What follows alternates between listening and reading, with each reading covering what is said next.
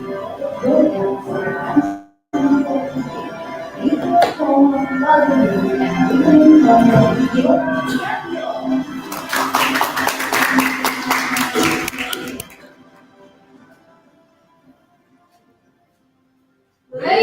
and gentlemen, welcome to Real Stage 43. I'm Lieutenant Colonel Valerio. And I'm Lieutenant Colonel Fiona. Today, Real Stage will be led by us, who will be the MC throughout this session. Before we begin this special event for today, let me explain. Other than delivering a speech, trainees are also required to take the real stage as a test for trainees in order to proceed to the next level by delivering a well-prepared speech. This real stage is going to be an absolutely amazing one. It regards a lot of interesting speeches by our participants coming up. Thank you. Now we are going to. Now we are going to. No, we are going to start the written post test. The test that to measure your knowledge about public speaking theories, such as what you should do and shouldn't do as a come. This real stage is definitely going to be exciting one, as I can see a lot of wonderful speakers today in this room. Now, I would like to introduce our remarkable judges and request them to give motivation to encourage our participants. Our first judge is a joyful public speaking trainer. Please give a big round of applause for Miss Cecilia. Okay. Hi, trainees. Oh, I feel like the spirit is so low. Are you feeling nervous? Yes? Who will go to their first real stage today? First real stage. Oh, okay. Second real stage. Oh, third real stage. No one? Last real stage. No one. Okay, good. So today you can see that there's a lot of first and second times of real stage, right? You can see your friends on your side. Look at your left and look at your right. Right? You see how nervous they are? Just like you. Okay? Just remember, you practice already, right? You prepare already, and all the time in the class, you also have practice and prepare. Okay? It may be a different speech in the class, it may be usually speech with your friends, but today, even though you speak in front of your parents and some of your friends' parents, but you, I believe, can deliver your best today. Remember, this is not a competition. We are not looking for best of the best. We just want to see the best version of you today. Okay? So, keep your head high. If you feel nervous, take a deep breath in, breath out, again and again. Calm your nerves because we, all of us, are excited to see your performance today. Okay? Are you ready? Yeah! Very well done. Thank you. Back to the MC. Thank you, Mr. Silva. Well, those are some words of encouragement. What do you think of them? Yes, I agree. I hope the participants feel more encouraged. Now, our second judge is a very well experienced trainer. Please welcome our second judge, Miss Jessica Leona.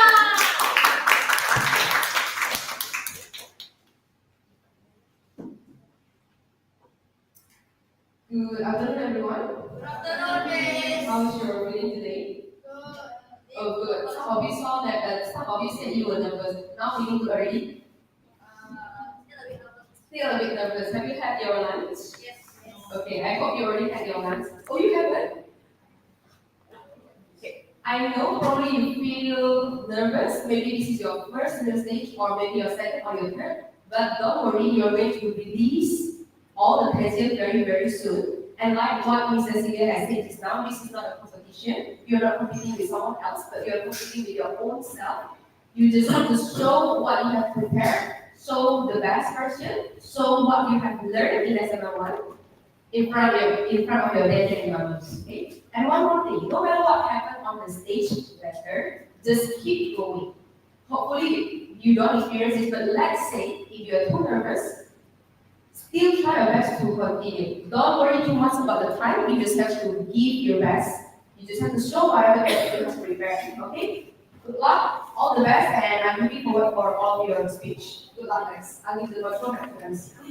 Thank you, Mrs. I assume the faces will be very appreciated. And now, it is time for the written post test. You'll be given a few questions to test your knowledge about the theories of public speaking. Don't worry, the questions are fairly easy. I'm very sure that all of you will pass. The questions distributed are all from the input sessions in class. So as long as you pay attention in class, I'm sure you will all have no problem answering all these questions with ease.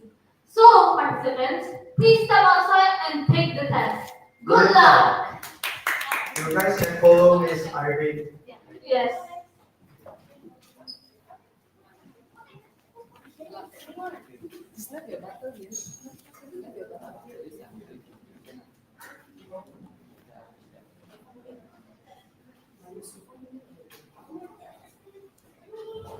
Good luck, guys.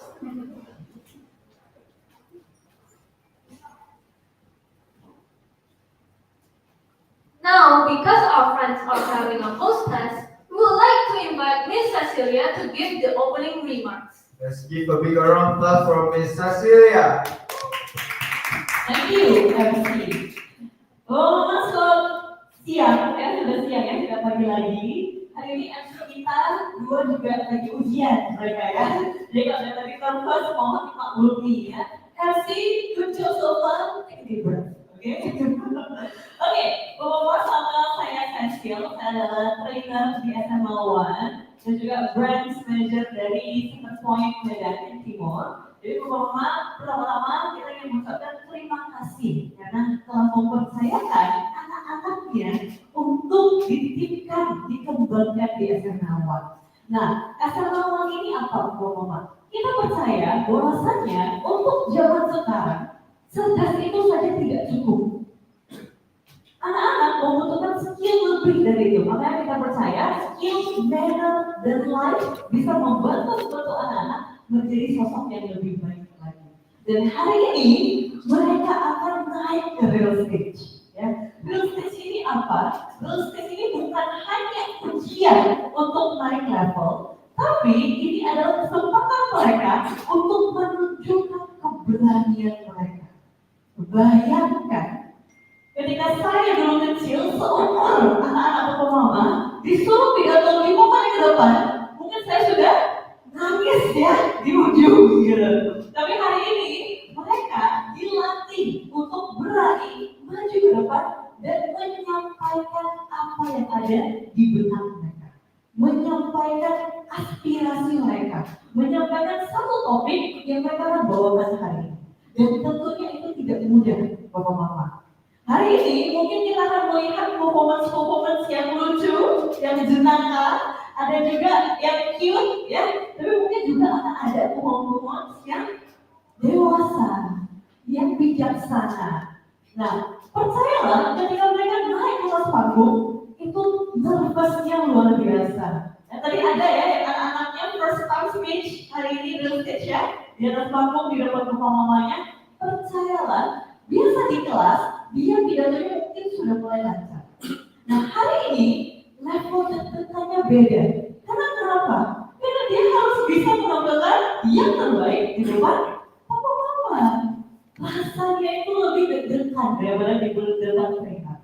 Nah hari ini mereka perform, selesai perform, mereka itu tidak akan, percayalah mereka tidak akan melihat kami mereka. Mereka tidak akan melihat staff. Ya. Selesai mereka pidato, hal pertama yang mereka lihat adalah ekspresi papa mama. Jadi bantu kami papa mama untuk mendukung anak-anak kita agar menjadi lebih baik. Berikan support mereka, senyuman, dukungan, apapun hasil real stage mereka hari ini. Karena kenapa? Karena setiap progres patut dirayakan. Mereka hanya bisa belajar dari setiap progres yang dirayakan. Jadi mari kita rayakan bersama-sama. Mungkin hari ini mereka belum menjadi seorang pembicara yang handal, tapi mereka sudah berani maju ke depan. Dan itu adalah satu pencapaian yang patut kita selebrasi bersama-sama. Nah, Bapak Mama, kita juga ingin menyampaikan kita ada kompetisi untuk anak-anak yang sudah di kelas SMP SMA. Kita ada kompetisi Battle of Speeches, ya. Kita laksanakan di 10 Agustus, ini terbuka untuk umum dan lokasinya akan ada di main atrium dari Pak Merek. Nah ini adalah kesempatan yang bagus, bukan untuk anak-anak harus menjadi juara ya, tapi untuk melatih keberaniannya untuk tampil di panggung yang lebih besar. Jadi Bapak Mama, kita mohon untuk bantu dukung anaknya bisa mengikuti kompetisi di Delhi Pak nanti tanggal 10 Agustus. Ya masih terbuka. Kira tutup kapan Mas? Tanggal 1 ya, tanggal 1 ya. Oke. Dan juga hari ini Bapak Mama, jika selama sesi berjalan atau selesai sesi berjalan, ada pertanyaan, jangan ragu untuk bertanya pada kami, para trainers, dan juga para staff ya Bapak Mama, kami juga akan dengan senang hati membantu. Nah, hari ini anak-anak sudah menyelesaikan satu level mereka. Di SMA 1 kita ada 6 level, Bapak Mama. Ya, dimulai dari private yang paling fondasional dulu. Kita ajari gimana cara kamu berdiri. Kalau ngomong itu harus menghadap mana, ya. Suaranya seperti apa. Nanti semakin bagus dia naik level ke surgeon, naik lagi ke lieutenant kolonel, lieutenant general, dan terakhir general, Bapak Mama. Nah, di level lieutenant general ke atas, percayalah, speech atau skill untuk berbicara itu sudah tidak diragukan. Mereka sudah memiliki power untuk menginfluence orang lain. Nah, yang akan menjadi kita perhatikan adalah sisi manner dan life mereka. Nah, di SMA 1 kita juga memiliki life project book, yaitu buku yang harus mereka selesaikan di luar dari kelas. Mungkin Bapak Mama sudah aware ya, ada yang sudah tanda-tangani bukunya. Nah, bantu kami, Bapak Mama, ketika anak menyelesaikan buku life project-nya, benar-benar diperhatikan. Layakkah mereka lulus atau tidak? Kenapa? Karena skill di life project book itu akan sangat membantu mereka ketika mereka sudah lepas dari lingkungan keluarga. Kita ada anak-anak yang masuk ke SMA 1, mau kuliah di luar negeri, masuknya SMA 3, pusing. Kenapa?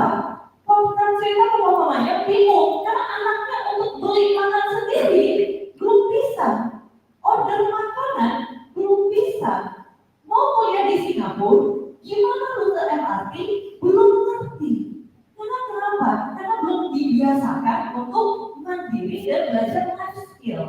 Makanya kita memiliki life project book agar anak-anak berkembang di bidang life project dan life skill. Mungkin skillnya lumayan simple ya, misalnya anak-anak diminta untuk memasak, ya, diminta untuk merapikan pakaian mereka, gitu ya. Tapi percayalah, secara jangka panjang ini akan membantu anak-anak untuk menjadi sosok yang lebih baik lagi. Jadi ketika anak-anak nanti mengerjakan life project mereka, jika kalau private masih muda ya, 3 hari berturut-turut, surgeon 5 hari ya, level lieutenant general 30 hari berturut-turut, level general 60 hari berturut-turut. Jadi ketika mereka gagal di hari tengahnya, gagalkan, minta ulang dari awal. Jadi misalnya mereka berjalan 5 hari, gagal di hari keempat, ulang lagi dari hari pertama. Agar mereka mengerti bahwa saya untuk bisa konsisten, ketika mereka tidak konsisten, ada konsekuensinya. Ya, jadi bantu kami agar anak-anak meningkatkan skill mereka, bukan hanya di public speaking, tapi juga di life project dan project mereka. Oke, ini anak-anak sudah balik. How was your test, everyone? Is it easy? Easy ya? So happy? Oke, nah, Bapak-Bapak, nanti jika ada pertanyaan, silakan ya. Bagi kami akan sangat bahagia untuk menanggapi. Kita juga ada sesi namanya Parents Trainer Meeting, Papa Mama. Ini kita laksanakan setiap term, jadi setiap 4 bulan sekali. Nah, setiap 4 bulan sekali, Papa Mama berkesempatan untuk mendengarkan report perkembangan anak selama di kelas, dan juga kita bisa diskusi langsung dengan trainernya, apakah ada hal yang perlu diperhatikan, ada hal yang perlu kita tangani bersama agar anak-anak menjadi lebih baik. Jadi ketika ada Parents Trainer Meeting, Papa Mama mohon luangkan waktunya untuk hadir agar kita bisa mengobrol bersama. Ya, sekali lagi terima kasih Papa Mama telah hadir dan mendukung anak-anaknya. Percayalah dukungan Anda sangat berarti, terutama ketika masa-masa seperti ini. Ya, jadi hari ini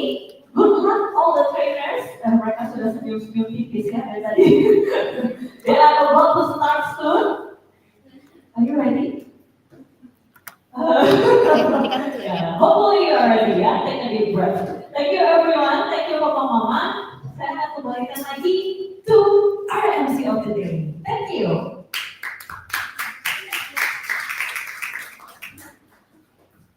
Thank you, Ms. Cecilia, for your very opening remarks. Now, let us wait for all the trainees to come back to the room again.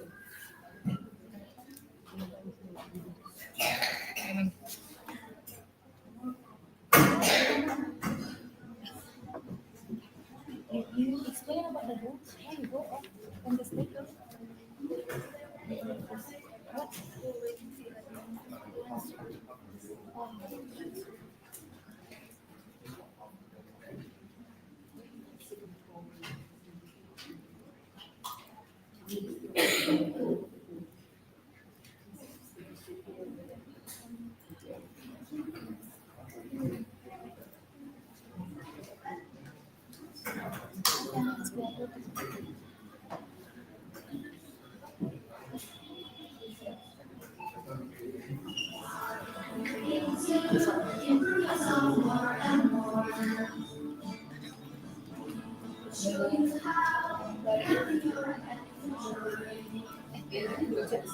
Just continue with the first speaker.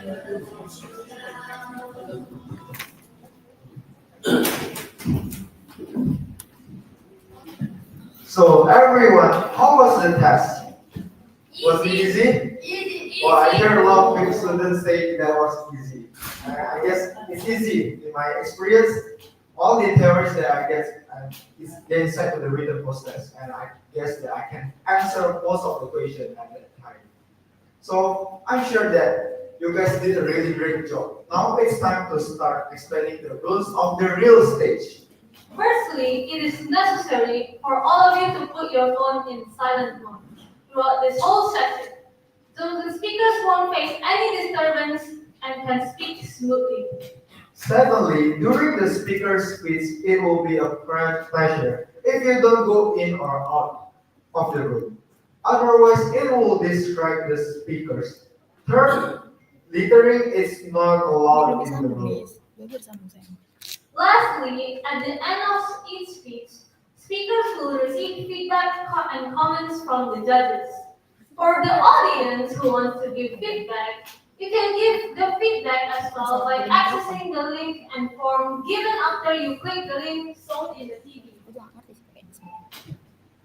But please do not type anything unnecessary. Now we will continue and explain the time limits. For private, you can deliver any speech for 5 to 7 minutes. In 5 minutes, the timer will turn on the green light. In 6 minutes, the timer will turn on the yellow light. And in 7 minutes, the timer will turn on the red light.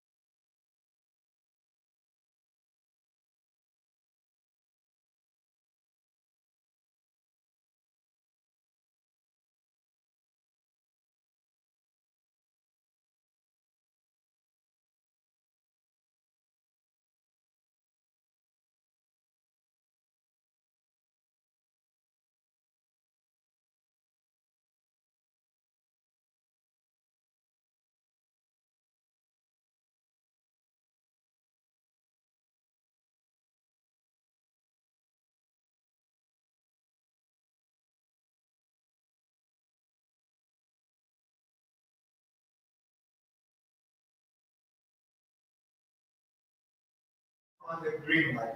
In 6 minutes, they will turn on the yellow light, and in 7 minutes, they will turn on the red light.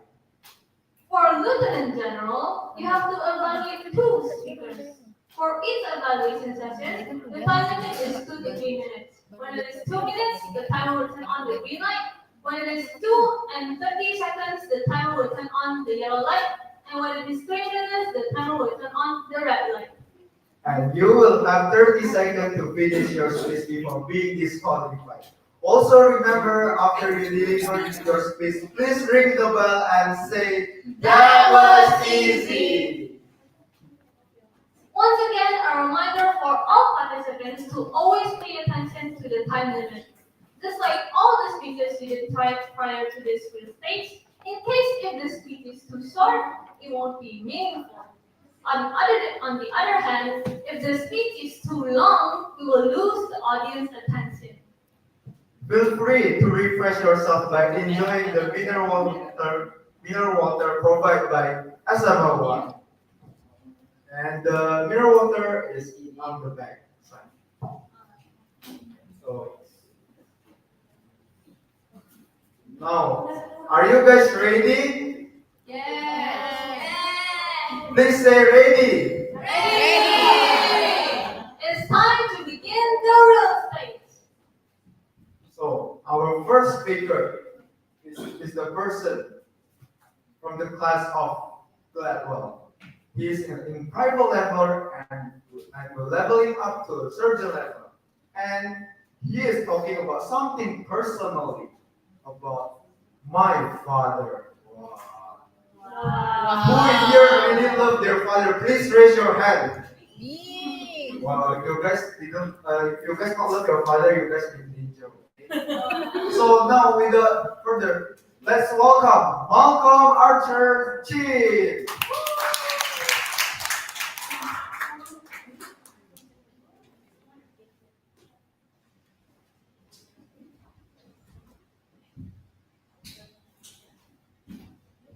Malcolm Arthurton, my father. Malcolm Arthurton.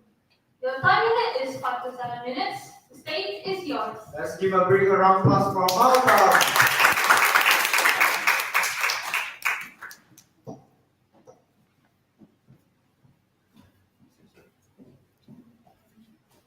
Dear Father, hi everyone, my name is Malcolm and today I'm going to talk about my father. My father's job is an architect. He starts to design many houses and buildings. He starts work every morning after he drops me to school and stops work every night after me and my sisters leave. What I like about my father is he's one of the closest parents to me because I can only meet my mother at night in the weekends, and I can only meet my mother in for a week. Days I can meet my mother only at night.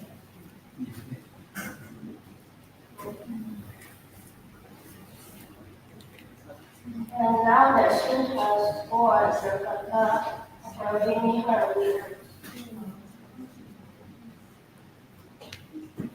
The happiest moment with my father is when I go to the park with my father to watch a movie, go into some sports shops.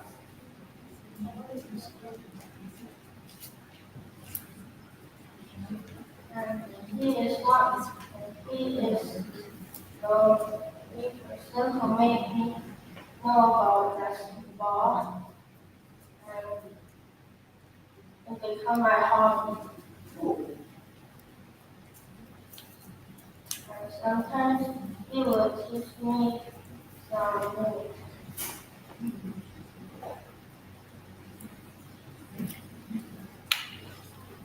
And sometimes after my basketball tuition, I can tell him things if something I have achieved.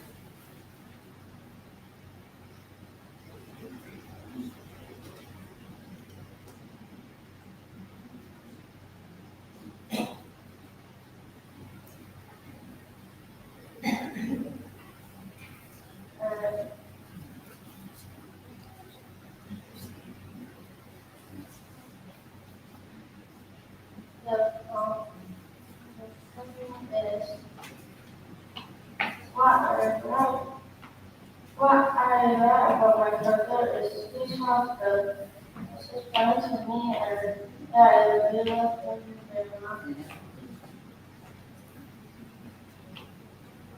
Thank you for listening.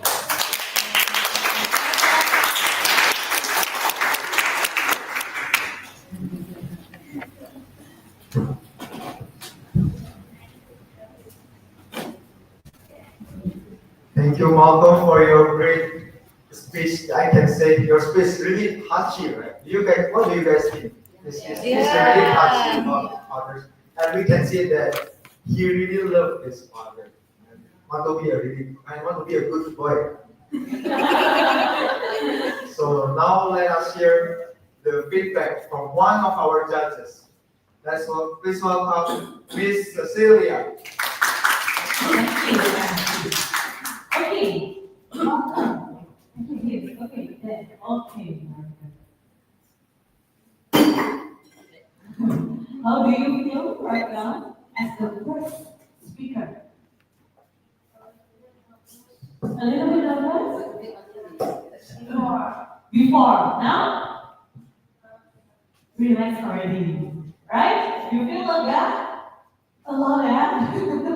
Because it's hard to become the first speaker, right? You don't know who goes after this. You don't know how it feels on the stage. You don't have example, especially this is your first stage, right? I think you are being very brave. Going to the stage, standing up straight, and telling stories about you and your mother. And remember, it's not easy to stand on the stage and tell a speech, and you've done it. Okay? So you are being a very brave student today. Yeah? Remember, you are very brave. And also, I like that in the hundreds, yeah, in tens and tens of real stage and speeches, I never heard a student bring a speech about their father. You are actually the first. Wow, that's amazing. Okay, I love that you talk about your fathers, and I can see you love your father a lot, right? And it really is genuine coming out of you. What you can add further, Malcolm, to make you look more confident, first, try to stand more straight. Yeah, straight, yeah. Pull your shoulder to the back. Yes. Okay? And also, when you talk, try to move your lips and jaw more. So make it bigger. Yeah? And make your voice louder. Okay? And also, if you worry about the time, right? I can keep seeing you like being on time and asking us, is it okay? If you worry about the time, my suggestion is you can add more stories about the moment you spend time with your father. Right? You said before like your father introduced you to basketball. Right? Can you tell us the first time your father bring you to basketball court? Yes? Can you try to tell us with all the voice? Stand straight. Okay? Tell us how or what was it the way your father bring you first time to basketball court? At home, when near my house, there was basketball court. Yes. Louder. He brought me there. Very good. And then? And that time when I tried to shoot, that was really difficult. Difficult to shoot. Okay. That's why I cannot read. Cannot. Really? Now I can. Oh, very good, right? Okay, so next time, louder voice. Yeah, louder voice and tell your story in more detail. Okay, so you can waste the time and you can be more audible to your audience. Okay, you got the point? Very good, Malcolm. Let's give applause for Malcolm. Thank you, Ms. Cecilia, for your great feedback. Malcolm, next time you should be brave. You did a really great job, Malcolm. Now we can ring the bell and go back to their seats. Let's give a big round of applause for Malcolm again. That was easy.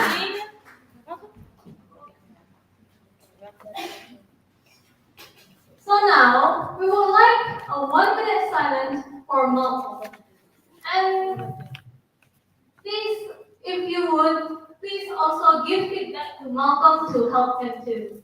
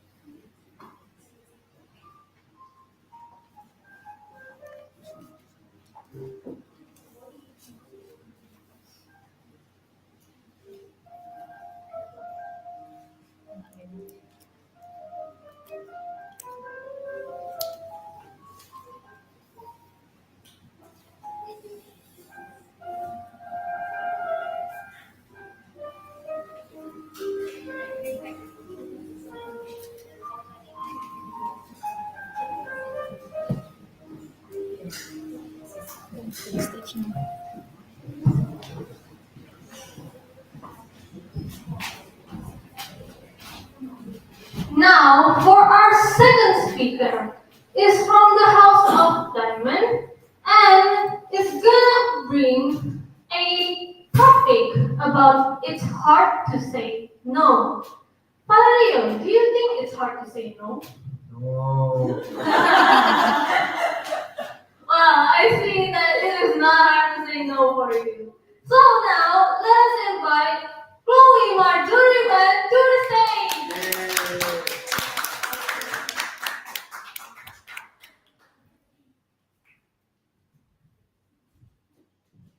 Louis, hard to say. Louis, it's hard to say no. It's hard to say no. Louis, your time is 5 to 7 minutes. Good on these decisions.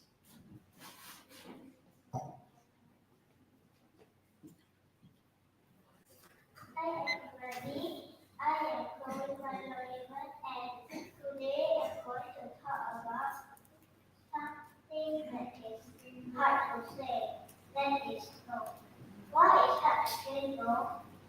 Because sometimes if we say no to our friends, we will feel like they will be sad and think that we are not kind.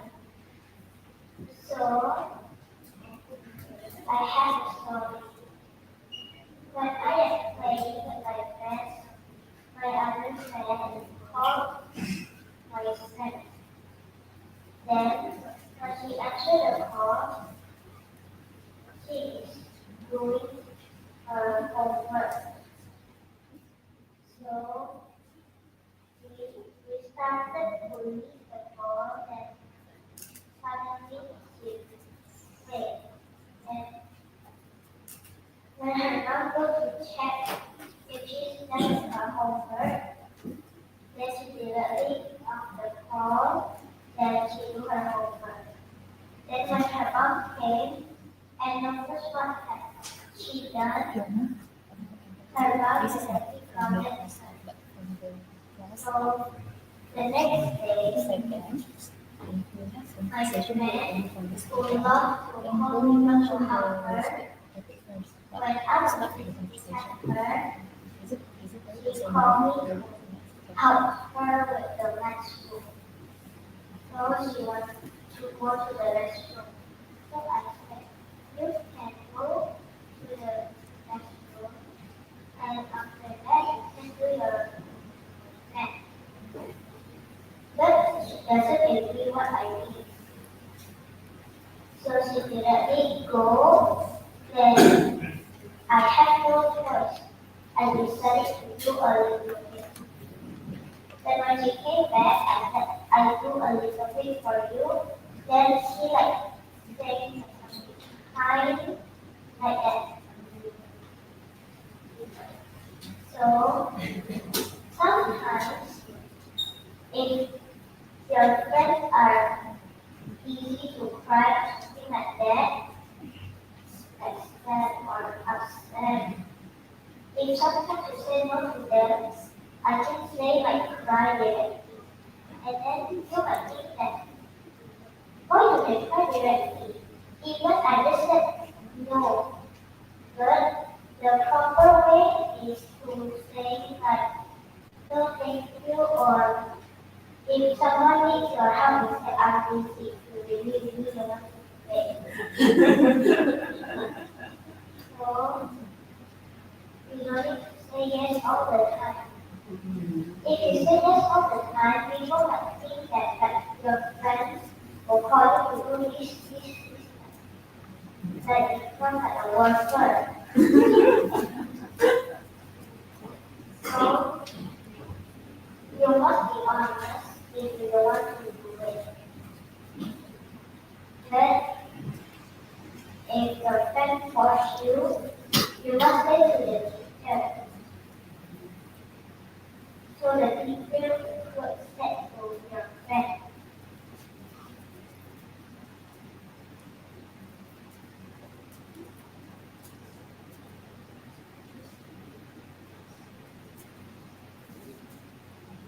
Sometimes if your friend wanted to help you, even you don't need your friend help, you just say like it's okay to need help. So they might understand feelings, like your feelings or your expression. So if you get forced by someone, you must be honest to what you forget. But if you're not being honest, then let it go or you do everything.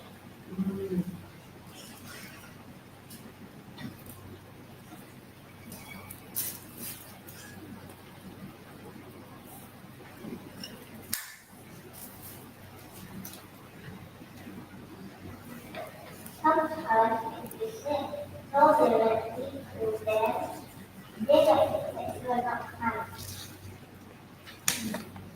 So I ever like ask my friend,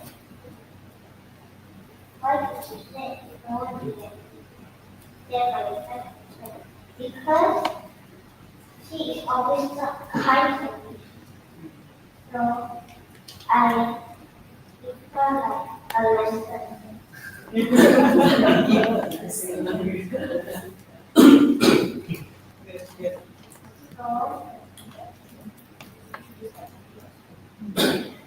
said, you don't need to give her a lesson. You just need to get something that makes her happy. So if she said to you again, you can just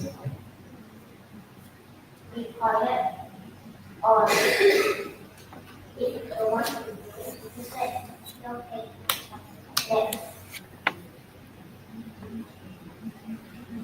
so as I said, if you sit just all the time, and my friend, they let you like you come up to look at the thing. And my friend that always say yes, she always be forced to do it. Saying no is not kind, but it's actually just a normal one. But that's all for now. Please thank you.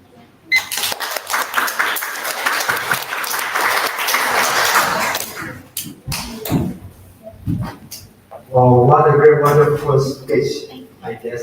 And we get a really good mix from what just Chloe said to us. She said that saying no is really useful, but we should say it in a proper way, in a polite way. So next time you should dare to say no, okay? Now let us hear the feedback from one of our judges. We would like to invite Miss Yona. Hi, Chloe. You look so cute, you know. May I know what level are you right now at school? Still grade 4, but you bring a very, I can say, heavy topic. But this is something interesting as well. And I want to thank you because you bring this topic to us today. You share your opinion regarding, you share your opinion and your point of view about this topic.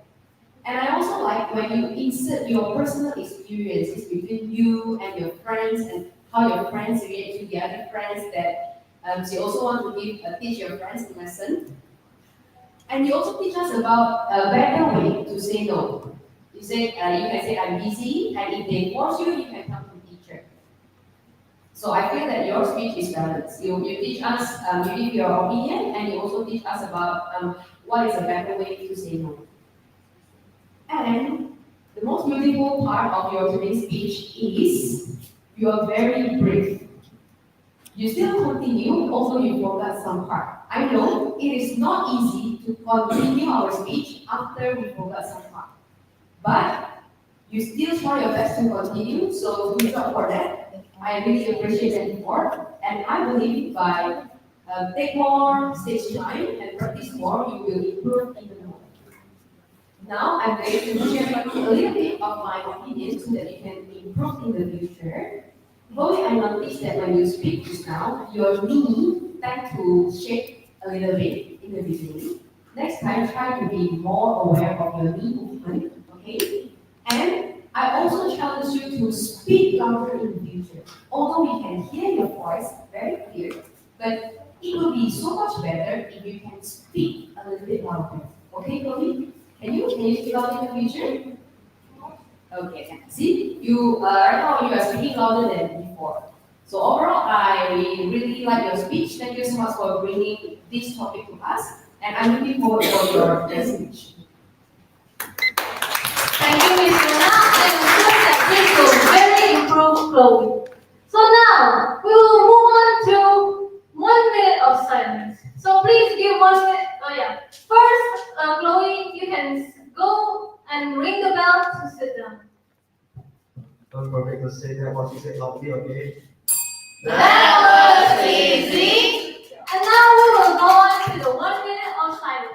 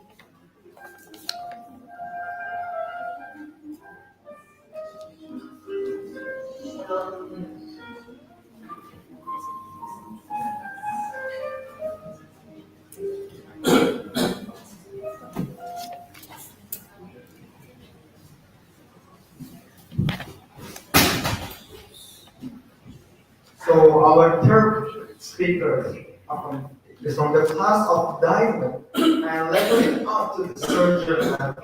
So Fiona, quick question for you. Do you ever watch TikTok or YouTube for 5 minutes, but it suddenly you already spent for 3 hours? Oh wow. I have actually experienced that. So yeah, that's called brain rot. So our next speaker are going to talk about the effect of brain rot friend to children. Please welcome Carlos Ferdinand Putra.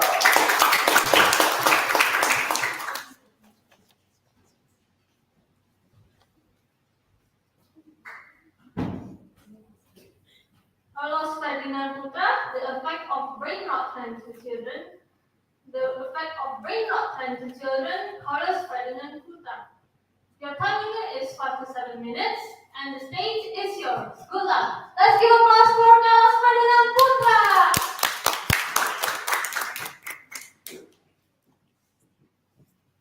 Hello everyone, my name is Carlos Ferdinand Putra. My topic today is about what's the effect of brain rot to children or to students. The first thing is, what is actually a brain rot? Brain rot is something that's unrealistic at all. There's nothing in this world like that. So the example, like this is a chair and then you put eyes on it, mouth on it, and then you put something strange with it. If you say that's a robot, that's okay, because robot is still real and still in this world. While brain rot is something that is not real at all. Like example, that chair, it has nothing like machines or anything in it. How can it walk? How can it cook or do anything else? That is what is a brain rot is. So the effect of the brain rot have so many. The first effect is it can make our brain become unrealistic at all. So like just now I said about the chair, if we do that thing and then you post it and then like some people will say, this anomaly is like this chair is about anomaly or anything else that's so strange from the chair. That's why that is something that's really bad for us. And then the second thing is it can make us lose creativity. What is creativity? Creativity is the power to make us making us something new. And creativity was needed because if you want to become like a future chef and then architect, they need something called creativity. And if they have no creativity, then they couldn't make anything new. They couldn't make any new buildings, food, or anything else. That's why creativity is really needed. Well, if you want to break out too much, you will lose creativity. Why? Because like if you always watch brain rot, that thing we will be addicted to it. And we will only draw that thing and don't make anything new at all. That's why it's bad for our creativity. The second thing is it can make us lose attention span. What is attention span? Attention span. Attention span is how our brain adapts. Our brain adapts with something really quick. Like if we watch such as TikTok or Instagram or YouTube shorts, the average videos is about 10 seconds, 9 seconds, 8 seconds. And if we watch like that too much, then our brain will adapt to it. Our brain will adapt to 8, 9, or 10 seconds if you watch that video too much. That makes us only can like, if you look at someone speaking in front, you only can look at them for 8 or 9 or 10 seconds only. That is what the attention span. And did you know that average attention span is only about 8 seconds? Human average attention span is only 8 seconds. While goldfish has 9 seconds of attention span. Why are we like this? Why did we lose to goldfish that can like good for us for 9 seconds? Why? So that's why it is very dangerous for our attention span. The next one, it's focus. Why can I say this can endanger your focus? Because if you look that thing too much, you will get addicted to it. When you're addicted to it, like when you study in school, you need to pay attention to the teacher. But if you're too addicted to it, that thing will just be playing in your mind, making us couldn't even attend at the teacher, having attention to the teacher. It can make us like forgot about what the teacher say, and sometimes we won't even see the teacher at all. And that is really dangerous because it could affect our future so much. That's why this kind of thing is really dangerous to us. So what can we do to prevent this kind of thing from happening? There's so many that we can do. The first one, like remember when you watch and give like time for you to watch, screen time. So you give your screen time when you need to watch or you don't need to watch. And the second thing that we can do is giving our kids supervise. After they watch it, you have to ask them, what did you watch? What did you just watch? And then if they watch something weird, say anything, to don't do anything about like that video game. So to everyone, thank you, and please don't watch anything like that again. And thank you everyone. Wow. Thank you, Carlos. You teach us a lot of great things that brain rot is not good for children, and you give us the tips and the solution how to fight the brain rot, the effect of brain rot. So now let us hear the feedback from Miss Cecilia. Okay. Okay, Carlos. Hi. Carlos, you look actually very calm on the stage. Are you calm? Yes. Very good. Do you feel nervous a little bit? Not really? Amazing. Okay, let me check. How long have you practiced for this speech? I guess 2 months ago, wait, no, I think 2 weeks ago. 2 weeks ago, right? So you have practiced and prepared this speech from 2 weeks ago. That's why you look so calm. Oh, because you practiced and prepared really well, right? I love that you bring this topic, which is a very relatable topic and important one for children your age. Okay? Because this is a current trend of your friends, right? You saw some of them watch this kind of trend and which is not really good, which you try to educate us today. I love that I can feel your passion speaking about this. Like, this is not okay. La, la, la, la, la, la, la, la. Your intonation builds the passion really well. Okay? This makes me believe that you are a discerned speaker who can bring this topic and educate us. Okay? So that voice is a good, passionate voice. Good job on that. Yeah? Another part is, I love that you are very engageful with your eye contact. You share it with the audience, and also you use open hand gestures. Right? What you can add more is how you stand. I noticed that you like to swing to the left and to the right, and to the left and to the right. Okay? If I were you, I would just walk around the stage. Or I will stand straight and then walk away. Then stand again and then walk away. Okay? So it will help you to look more confident. And also, because this is a very good speech already, I would love to hear a more interesting opening next time. So instead of open with, hello everyone, my name is Carol and today I will talk about, just directly go to the important opening, interesting one. Why? Because as you say, human attention span is less than a goldfish, right? So you want to catch the audience attention in the beginning. You can ask a question, you can use quotes, you can use like fun facts. Like you can say, do you guys know that we lose than a goldfish? Do you know why? Let me tell you about brain rot. Is that fun? Yeah? They go through your system, la la la la la la la la. But overall, it was very fun. I hope that you summarize again the tips at the end. Right? I love that you try to educate the audience, especially the parents. What should you do when you find out your child who have this kind of media?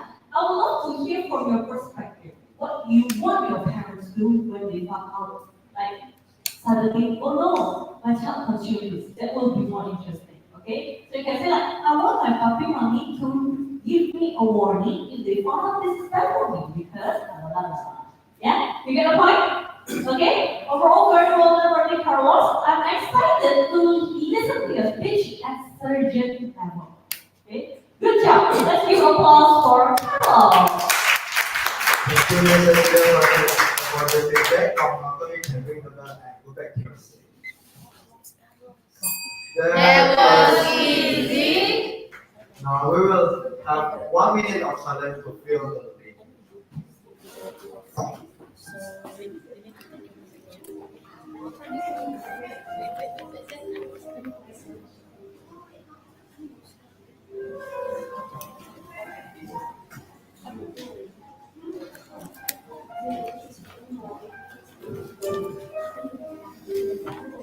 see over time, yeah, even though it's only a little bit, maybe you don't need to say what class they are, just about conversation.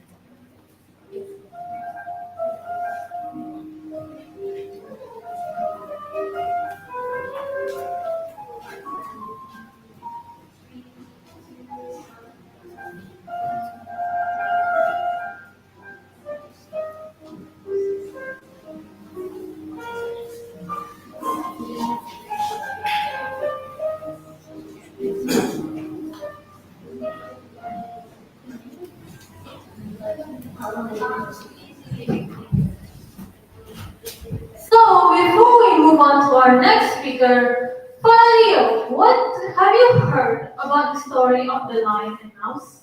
Well, I have watched the movie about lion and mouse in the past, but I kind of forget it. So I'm curious, how's the story actually? Ooh, me too. I have never heard of the lion and mouse actually, so I'm really interested. So now let us invite our next speaker, Philo Alexa Winston.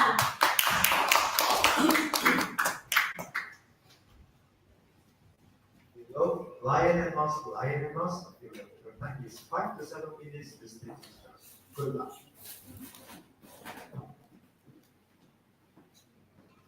Have you guys ever heard a story about the lion and the mouse? Not Well, today I'm gonna talk about it. Once upon a time in the jungle, there lived a mighty lion and a tiny mouse. One day, the lion was sleeping. The mouse accidentally ran over the lion's paw. The lion was shocked and caught the mouse.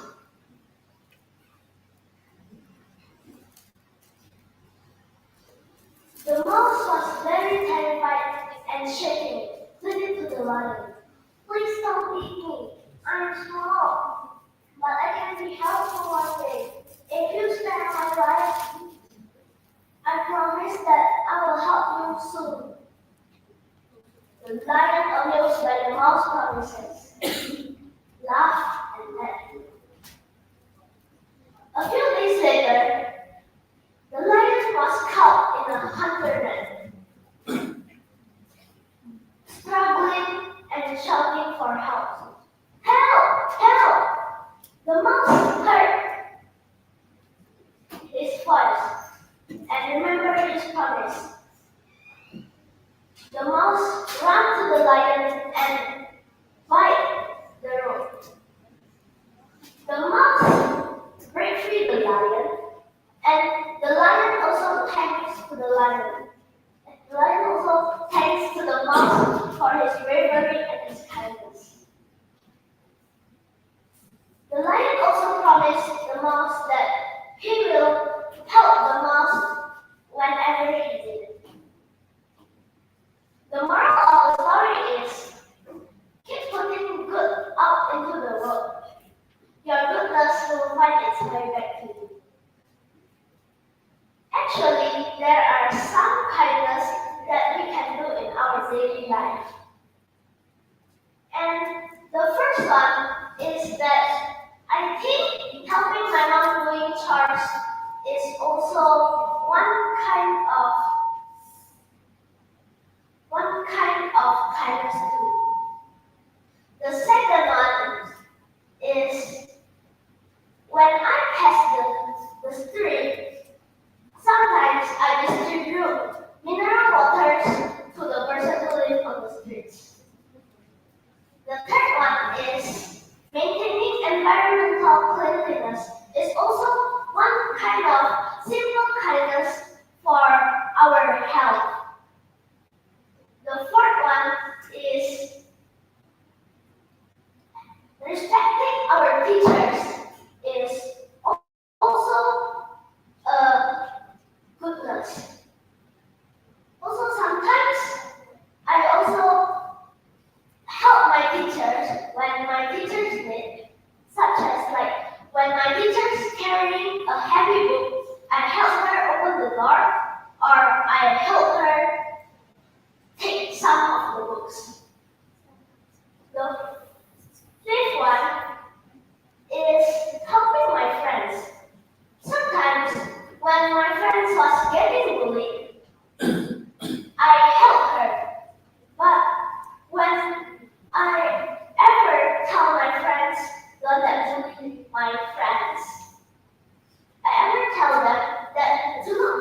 them, but they didn't carry me and just ignored me. So I also tell the teacher sometimes. The fifth one is the sixth one is sometimes when I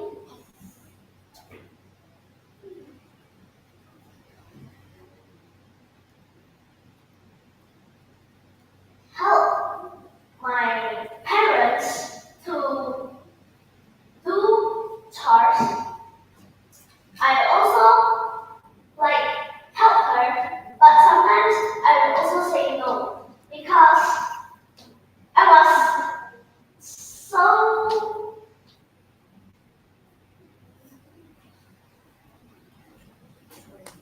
because I feel like helping my mom was like not good. I mean like for me because that time I feel like so sleepy and I couldn't fight back.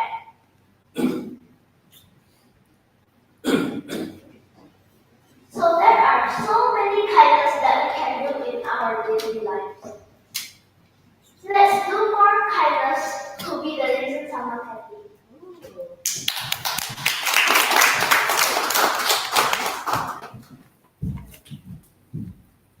Wow, what an amazing speech, Philo. I agree, kindness is very good. So now, let us move on to our next judge, is Miss Jessica Yuna. Hi, Tina. How are you right now? I feel a little bit more calm. Or a little bit more calm because you have finished your first real stage. So I still remember very clear how you deliver your first speech. You told us about how you love basketball and how you love drawing. You also you brought the drawing to show to everyone. And look at you today. You have dared to tell a story to inspire us, to tell us why we should do kindness and spread kindness to everyone. Can we give a round of applause for Mila, everyone? So you have to realize that how much you have grown since the first day. Okay, you have grown a lot. And I also like your vocal variety. You make the different. You use different voices when the lion and the mouse talk, so that is really good. We know that which character is talking right now. Besides, you also share your personal experience about kindness, something that most of us can really apply. We don't have to do a big kindness. We can start from something small, like helping parents or help friends when they're getting bullied. And I also like how you try to give hand gesture, even though you were so nervous, but you still try to give hand gesture. So very good. Next is I also like you still summarize your message in the end. Why we should do kindness to everyone. While now I want to challenge you in your next speech, try to be more aware of your body movement. I noticed that you swing a lot to left and right. Next time, if you really want to move or explore the stage, you can really move, like move to this side, to the middle, and to the other side. Okay? Don't swing to left and right, but really move to the next, really move the stage. And also, let's say, just now you also forgot fifth, you are about to say six, and then say, sorry, fifth, and then say something like that. Next time, if you really forget the number after each point already, you can just say, okay, next point is, okay, so you don't have to mention the number. Okay? But overall, I really like your speech. Thank you for bringing this topic to us. Let's spread more kindness to make Medan a better place. Good job, Philip. Thank you, Miss Jessica Yona, for your feedback. Now, Philo, you can ring the bell and go back to your seat. Thank you, Philo. Let's give a big round of applause for Philo again. That was easy. Now we will have 1 minute of silence for Philo building.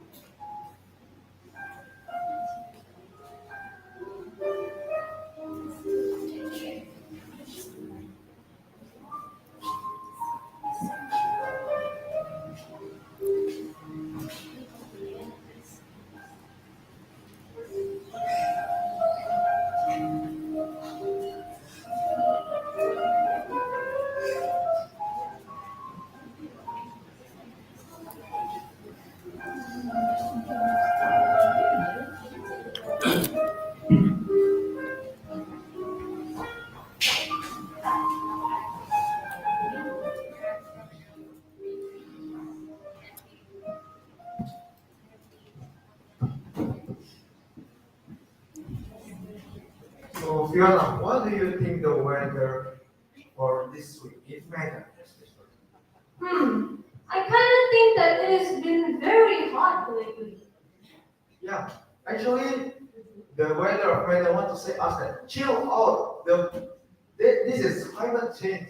So our next speaker are going to talk about climate change solution. She will be our hero. Climate change solution.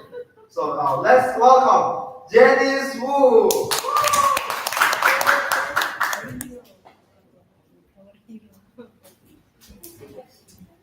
Janice Wu, Climate Change Solutions. Climate Change Solutions, Janice Wu. Your time limit is 47 minutes. The stage is yours. Let's all give a applause for Janice Wu!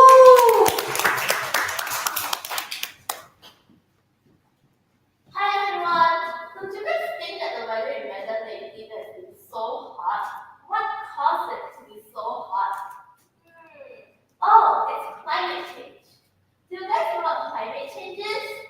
Well, climate change is when the earth gets hotter and weather problems becomes more unpredictable or extreme. Right now, the biggest contributor to climate change is greenhouse gas emissions. Are you guys familiar with the word greenhouse gas emissions? Well, greenhouse gas emissions are the releases of gases into the Earth's atmosphere that contributes to climate change and global warming. Right now, we know that global temperatures are rising, sea levels are climbing, and weather problems are becoming more extreme.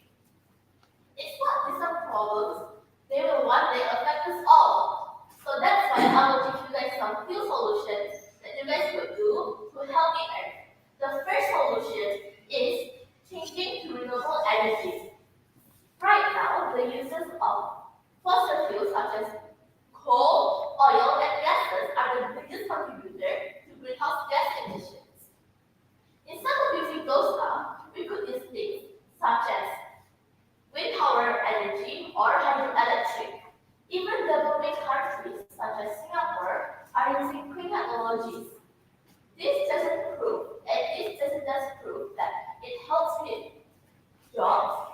It makes the air fresher, makes us breathe fresher air so that we don't die really fast, and helps reduce lung cancer.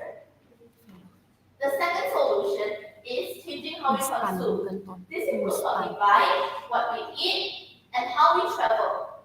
Now, did you guys know that the meat and dairy industry produces more greenhouse gas emissions than all the trains, cars, and motorbikes combined in the whole entire world? That's a huge amount of numbers. Now, I'm not saying that we should go vegan overnight because that's really impossible. But if we change how we consume by even a little bit, it will be a huge impact for all of us. Or we can even maybe use public transport such as buses, trains, or even walking to school. Now, I know just as thinking, wow, this girl walk to school, no, I don't. The third solution is protecting nature and deforestation. Right now, forests are right now they are cutting down trees and putting trash inside of oceans. That's a really bad thing for the turtles and fishes.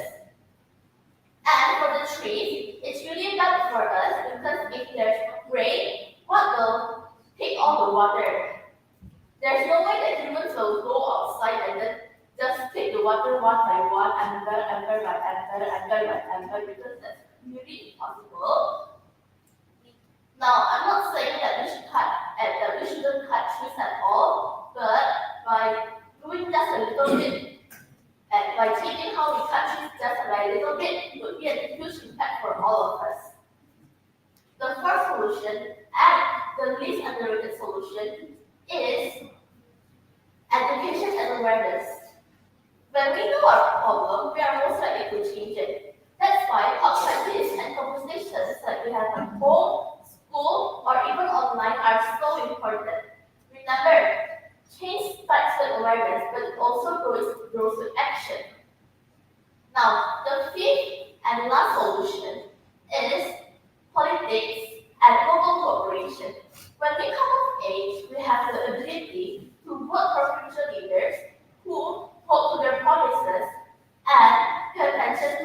problem. Right now, our current leader is being protested by a lot of people because netizens says that he's so bad. He wants to destroy the country. But we were the ones who voted him in the first place.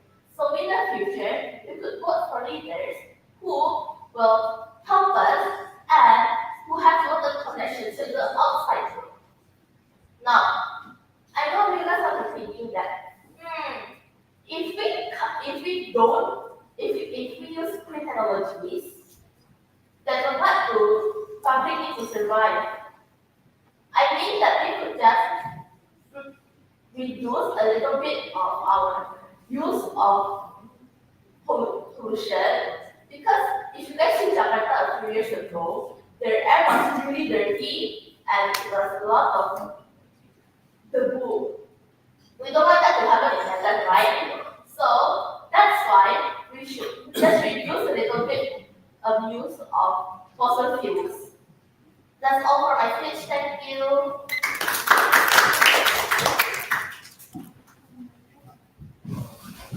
Thank you, Zeniso, for the tips and solution to save the earth. Don't forget, guys, the solution that just Janice has said to us.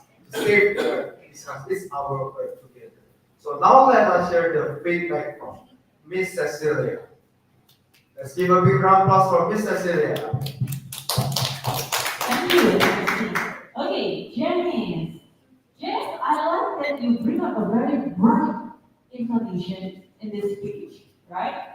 You also explain why climate change is not okay and how the experience we had this few weeks is actually related to climate change, right? The weather, the hotness, we share tips about how we can participate to reduce the climate change, okay? It was very interesting. You look very tidy with this outfit, right? You look very professional. It builds and boosts your credentials as someone who should talk about climate change, right? I can trust you talking about that. What you can do better next time is, I believe, I would love to hear more personal story of how this climate change impact you in more detailed way, right? Because story connects people. You can tell, like example, it was very hard for me to see a lot of people on the streets, lack of water, and they felt very hot. Do you know how hot is the road when we don't wear our shoes? And there are people who cannot afford shoes and have to endure that hotness that we create together. Example. So be more specific of your example, bring something personal so you can connect with the audience. How urgent is this climate change? Yeah? Another part is, in the beginning part, I noticed that your head gesture was a bit bouncy. You like to move your shoulder a lot, right? So be aware. The best way to look confidence is making sure the distance between our ear and our shoulder is far apart, right? So try not to raise our shoulder too much. Lower your shoulder. Yes. And also move your hand, move it from the elbow. Yeah. Move it from your elbow. So you want to open it from the elbow instead of using your shoulder as well. Okay? It will make you look more confident on the stage. Yeah? The last part is your closing statement. Instead of thank you everyone, that's all, thank you everyone, you can change it with more impactful one. Example. So everyone, I encourage you, stop the climate change now or we'll die together. Example. Yeah? You can find another one that's more suited to your style. Okay? But try to not use never anymore. That's all everyone. Thank you. Okay, you got the point? Very good, Janice. Excited to see your next speech at Sunshine. Thank you. Thank you, Miss Cecilia. And Dennis, you may now ring the bell and go back to your seat. That was easy.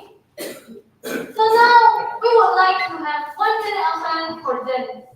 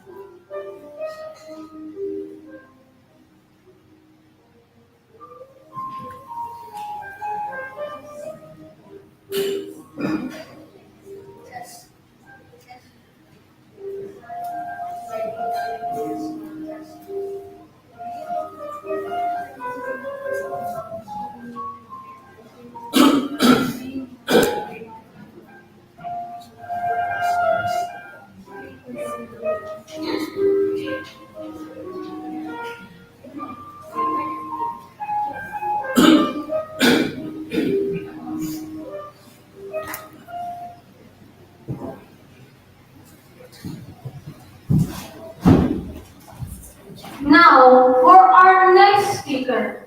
So before that, Valerio, do you think being nice is a liability?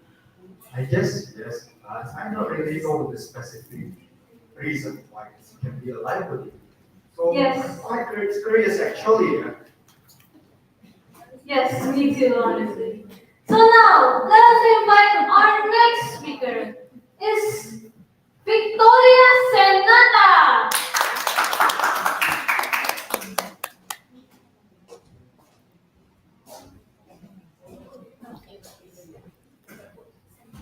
Victoria is being nice to be a liability. It's being nice to be a liability, Victoria. The stage is your time is 47. Good luck. Let's give a big round of applause for Victoria.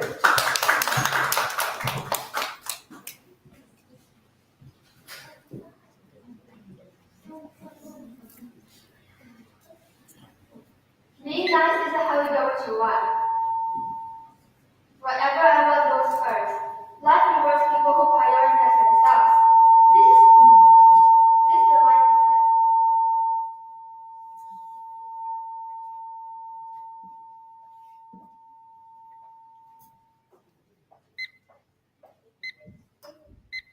Wait,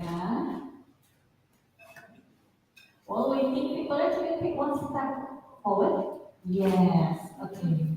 Now you can pull the mic lower a bit.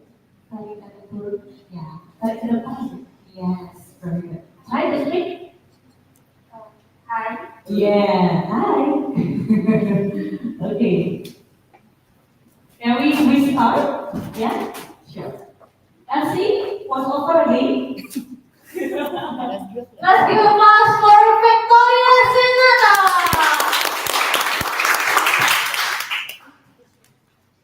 Being nice is how you get what you want. Life rewards people who prioritize themselves. Whatever I want goes first. This is the mindset that has been gaining popularity lately among Gen Zs, especially across social media platforms such as TikTok, YouTube, Instagram, and many more. I just want to say up front that this is not meant to shame or judge anyone who adopts this mindset. So, a little backstory. Throughout my life, I've always tried being a nice person, giving compliments, hating conflicts, never wanting to hurt anyone's feelings. I had strong people-pleasing tendencies. I remember a time in school, there was this one classmate of mine who had never talked to me before. We had rarely interacted. But every time during exams, they would always ask me for answers. And despite staying up the whole night to study for the exams, I gave it to them by risking getting caught cheating.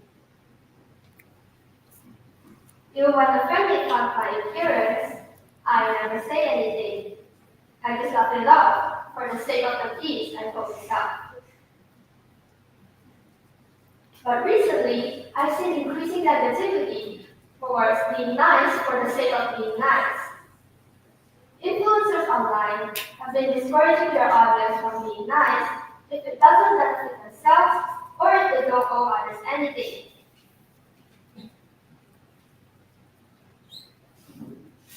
This brings me to my concern about the mindset that prioritizes oneself above all else. I recently watched a video that talked about a thought by this well-known philosopher Emmanuel Levinas. He suggested that the human face brings awareness, evokes a sense of awareness about our shared humanity and our ethical responsibility towards others. To him, the face is not just a physical feature. It shows our vulnerabilities and needs. It reminds us to respond with others with kindness and concern. Think about when you walk past a homeless person on the street. Oftentimes when we see someone in need, our instinct is to help, not because it benefits us, but because we feel a responsibility to care for them as a person, even if they are complete strangers. But in this digital world, it has been so easy for us to forget about this ethical responsibility towards others. When we're online, we only see 2D bland image of someone's face. It loses the real and physical humanness that comes from being in contact with them in person.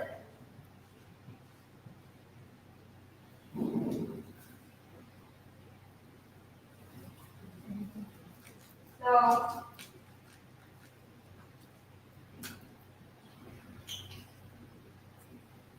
additionally, algorithms promote individualism, turning people and posts into mere entertainment. You see, when I watch a video online about someone painting, for example, the comments can be harsh, such as, never become a paintbrush ever again, you should stick to coloring books. This is so awful.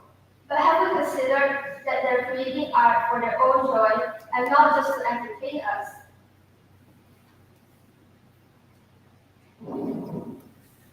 So,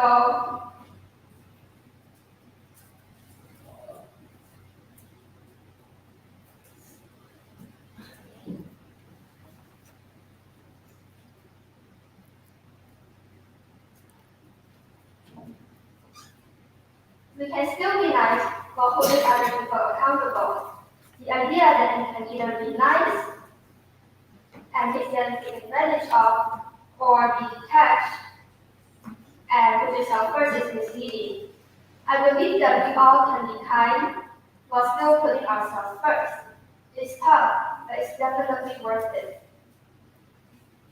One example to be kind healthily is to help others within your limits. For example, when a friend wants to vent to you and you feel like you're not in a good place and you're not able to help them let out their feelings, you should just tell them, no, maybe next time. I'm not comfortable with you venting to me right now. This is a way to be kind while still putting yourself first. You can make time for them next time. Thank you.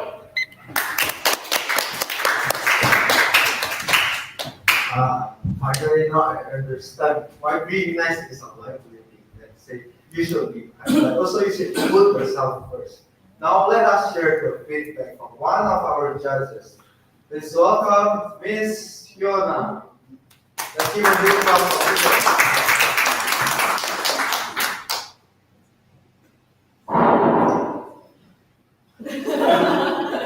Okay, so Victoria, I really like your title. Your title is very interesting. And as a speaker, title is also something important because that is the first thing that our audience heard from us. So I really like your title that really sparked curiosity. I want to know more. It's about being nice is a language. And you look so stylish. Yeah, you look so stylish. And I like your hand gesture. It looks very natural. You try to move your hand when you explain about your opinion regarding this. And you are very brave. I know it's not easy to continue after you forgot some part of your speech. Is it because you were too nervous? Yes. Don't worry, that is normal because this is still your first real stage.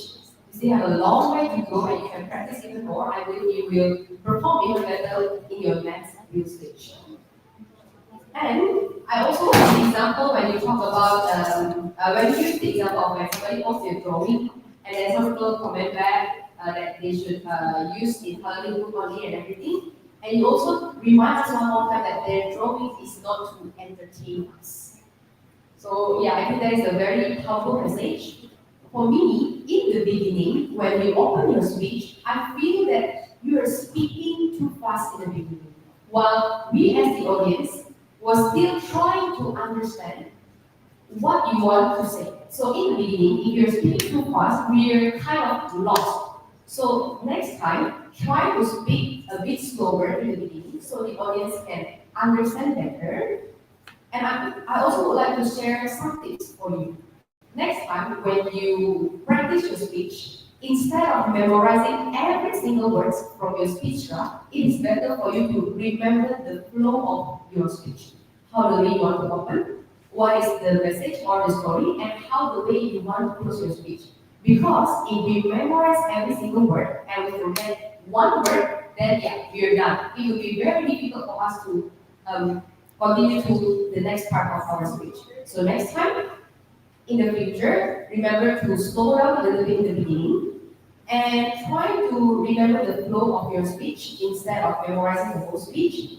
And don't say thanks in the end of your speech, okay? Try to close with a more powerful message so that the audience can be reminded one more time. Good job, Victoria. I'm looking forward for your next speech. Thank you, Mr. Sayona. Then now, Victoria, you may go ahead and ring the bell and go back to your seat. That was easy. And now we would like 1 minute of silence.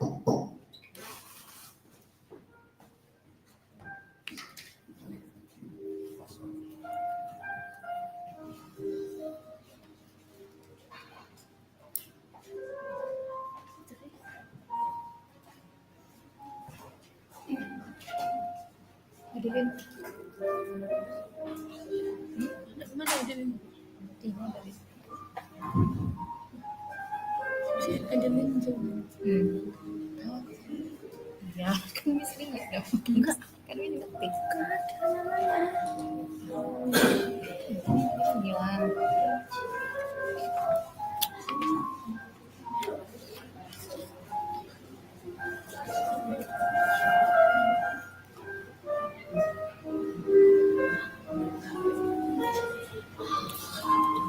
Level apa dia, Miss? Level apa dia sekarang sarjana? Ada yang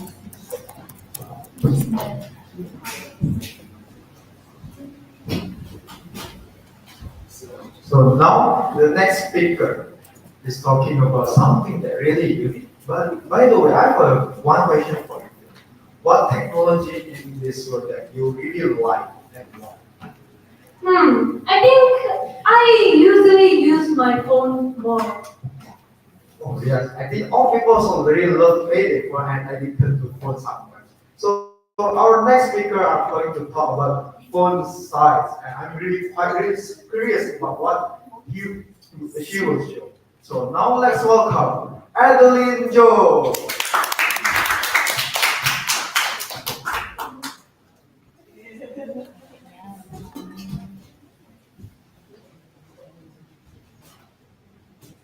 Adeline Joe, phone size. Phone size, Adeline Joe. Your time limit is 5 to 7 minutes. Good luck.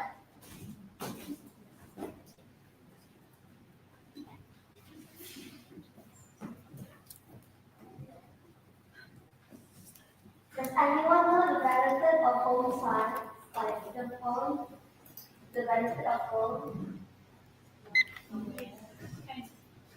So today I'm going to explain home science, which is you might know or you may not know.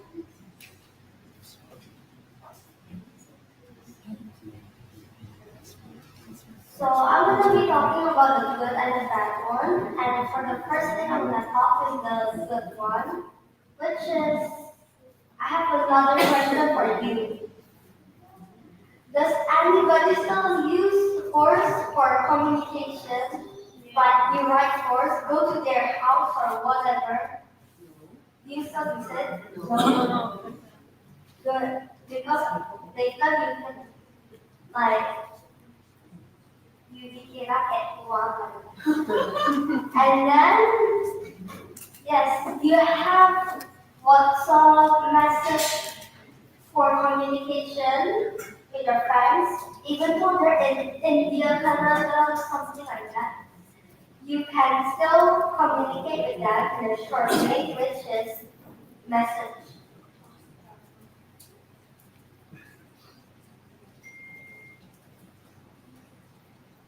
Here is message. I don't have WhatsApp because I don't got lost. This is how you message. You just type in the words that you want to type.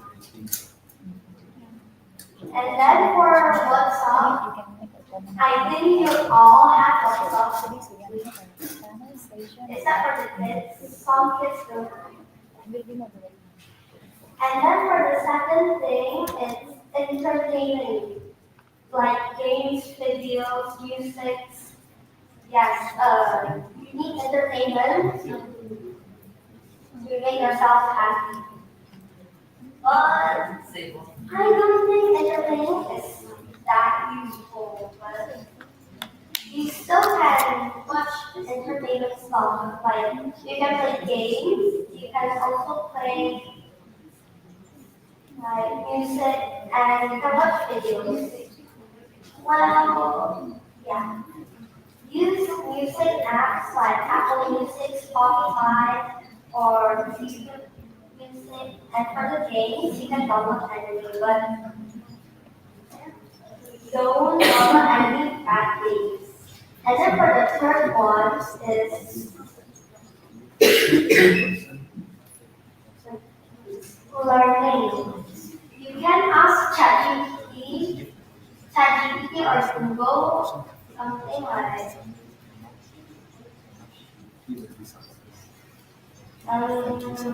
honestly, I have ChatGPT or Google. I'm sorry, I cannot show you anything. But if you want to learn, just ask Google, like, what is an apple? Just search, what is an apple? Type in. And then if you already got that information, just go ahead and learn more. And then for that side, there is four, if I remember. So the first thing, too much games. Yes, you will get addicted. So don't play games that much, or not. You can ruin your studies. And then for the second one, it's videos, too much videos. Like yes, the same like games. And then sometimes you can also learn that stuff from there. So I recommend you to watch something like cooking, music. Don't watch like. I mean, I'm okay if you like watch games, but not that much because games are bad for you sometimes. And then for the third one, addicted. You can get addicted like playing Roblox, Minecraft, Among Us. And then when you get addicted, you cannot focus on your studies, nor you can learn because every day you think, I want to play this, I want to play that. What video should I watch? Yes, that is addicted. And then for the fourth one, you can learn backwards from the video you watch, from the games you watch, or like the stuff that you learn from the YouTubers you really like. Yes, you can learn from them. And backwards is a bad thing that you shouldn't help. And it could maybe make your parents mad and adults can think that you don't study in your school, like you don't study. And then that is it. Thank you for listening and use your phone wisely. Thank you. Wow, what an interesting topic to talk about. Now we would like to invite our next judge. So now let us give applause to Miss Cecilia. Thank you, dear. Wait, Adeline. Adeline, can I know why you choose this topic? I can make my mom once mad because I played one phone. You ever made your mom mad because you once ever played too much phone? You know. That's why you are trying to educate us like playing too much phone is not okay. Is that true? Yeah. I wish that you put that story in your speech, right? It will help us to get more connected with why you want to deliver this speech. What's the message? What's the purpose that you want the audience to get? Right? So if you tell your personal story insights more, it can help the audience to understand what do you want to tell, actually. So next time, remember to add more personal stories. Yeah? You can tell like the condition, when you play too much phone, how many hours a day you play on? How many hours? Yeah. Wow, what grade are you? 7 hours. A lot, yeah. And also, I love that you bring props, which is the objective today, right? You have to bring a prop in your speech, and you choose your phone. I think your phone is your favorite item in the room. Is it correct? Oh yeah. But now, I'm happy that you are able to differentiate between the good side of phone and the bad side of phone. And you try to educate us that there are bad sides that we have to be aware and we have to limit ourselves, right? Especially if we are still young. Okay? Maybe what Adeline can add in the future to make it better, you can share, first of all, more eye contact to the audience. Right? I feel like this now you I got that a lot of it focused on arts judges. Right? So remember, we judge, but they listen. Okay, so instead I contact to the audience. Okay? Another part is there's a lot of small comments that often decrease the trust. Example, there are 4 sides of a phone, if I can remember. You can remember because this is your space, right? So try to decrease that kind of small remarks comment. Okay? It will help the audience to trust you more. Yeah? The last part is I noticed that you close it with that's it. But the last sentence is actually good. Use your phone wisely, right? So you can close it with another way. Like, so remember everyone, you have to use your phone wisely. And that will make the closing much more sweeter. Okay? But overall, I believe it was a good speech, well delivered. I'm excited to see more of your speech on letter colonel level, right? Okay, let's give applause for Emily. Thank you, Ms. Angela, for your feedback. Now I believe you can bring the bell and go back to your seat. That was easy. Now we will have 1 minute of silence to fill the beat.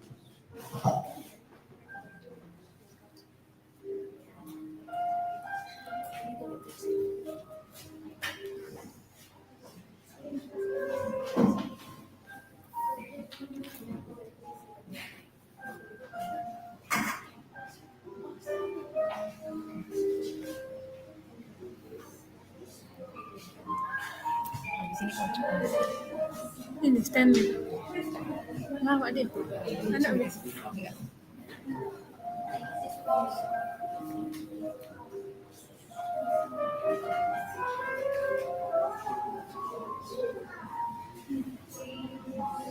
Nak bisa kita anak bisa airin tapi nggak bisa kita.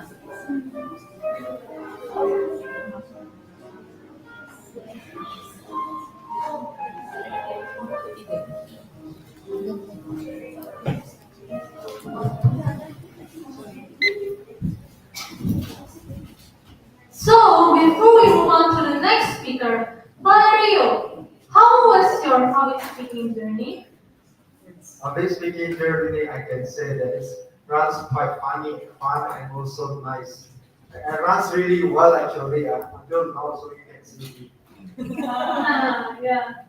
So when it was my first day and as a moment, I was very shy, but now I am more cheerful than ever. So now let us invite Stanley Ace Lawrence.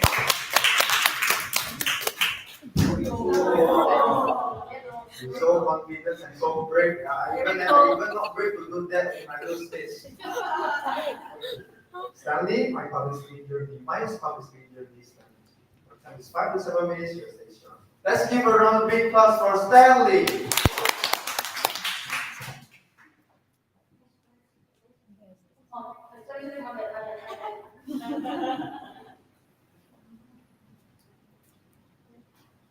What do you think of looking at this picture? No worry, I'll use the time. Confused. He's shy. Yeah. He's nervous. He's not confident. Afraid? Yes, he's afraid also. So, Hello everyone, my name is Nandy Flores and today I'll be talking about my public speaking journey.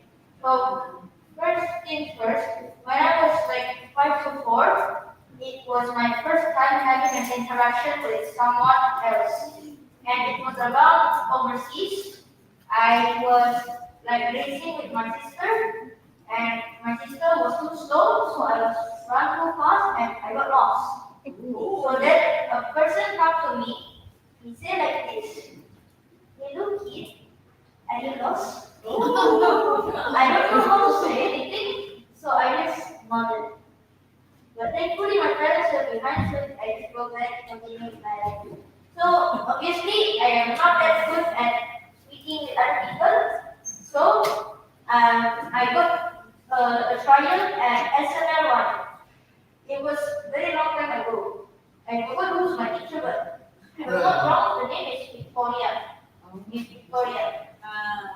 So it was like 4 sessions, and then at the end, you say like, you like it, if you like it, you can join.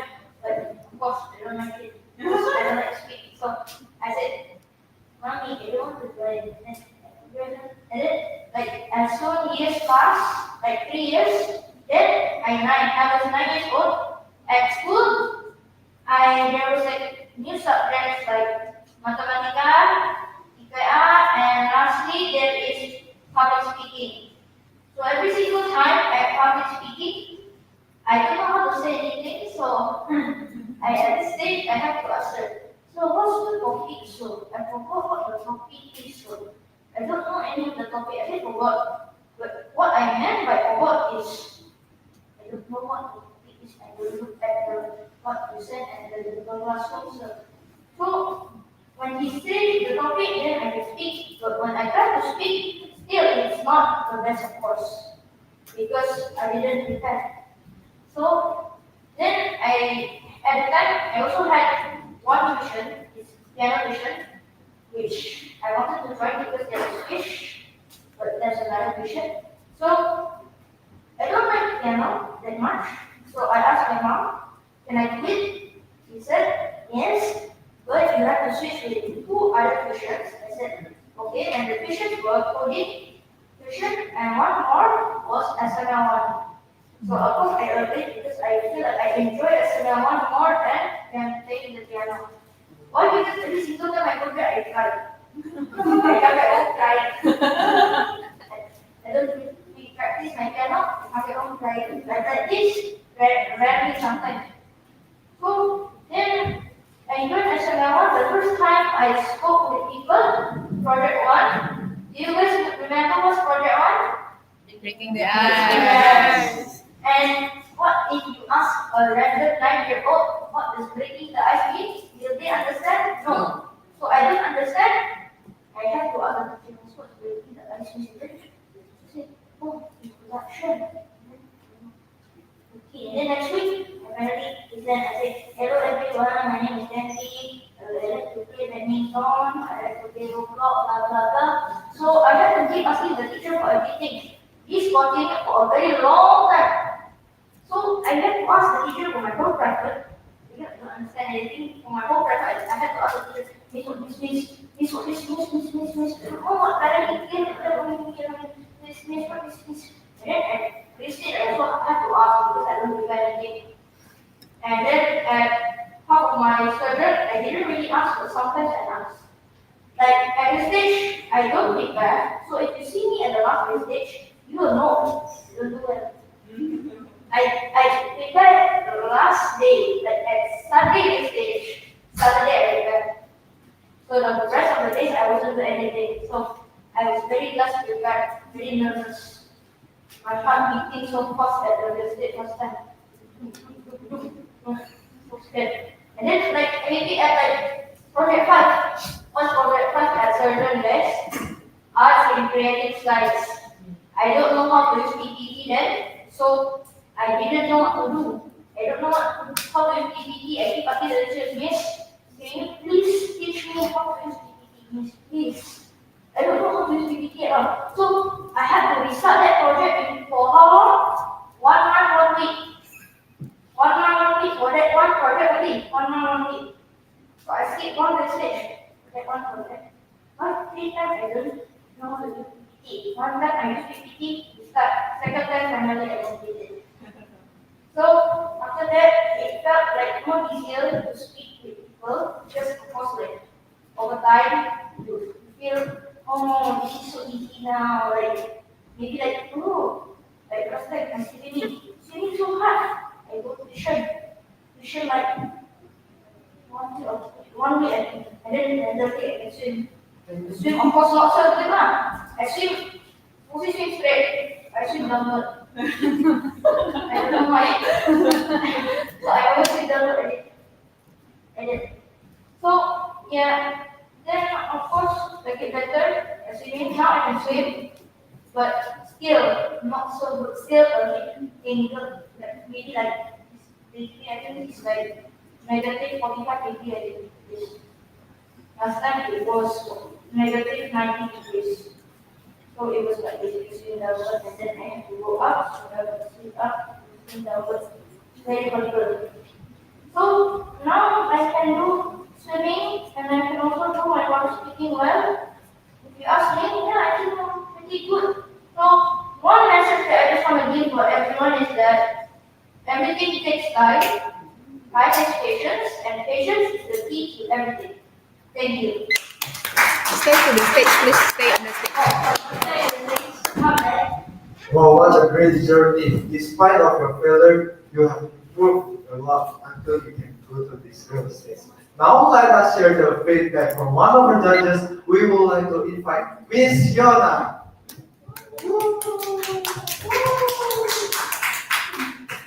Sesi, I thought that you are about to use a very formal way, a very serious way to tell us about your public speaking journey. But then it didn't. You still use your way. It is still a study that I know in the class that loves to play a very playful trainees. But you can use your own style to deliver this topic. So you are on campus. Good job. And how the way you go to the stage is very unique. How do you run just now when you put put your hand at the back. And we are going to remember that. Probably I'm going to remember this for a long time, how the way you go to the stage. And I really, really love your personal experience. You tell us so many things about yourself. When you went missing, and then your school experience, and when you cried because you don't like piano, and then when you don't know how to swim. So yeah, it was really great because it's always interesting to listen to someone's story. So thank you so much for sharing your personal experience with us. And also like there are a lot of conversation between you and also the other character that you put in your speech, like when you talk with a stranger, when you talk with your moms and everything. You also use different vocal variety for each character. So very, very good. And I like the message that we want to share to everyone, which is everything takes time and everything needs patience. That's a very beautiful message. But I feel, Stanley, you are lack of eye contact. You are more looking to me and Mrs. Celia, and sometimes you look more to the floor rather than to the audience. So next time, I challenge you to give more eye contact to everyone, to the audience, okay?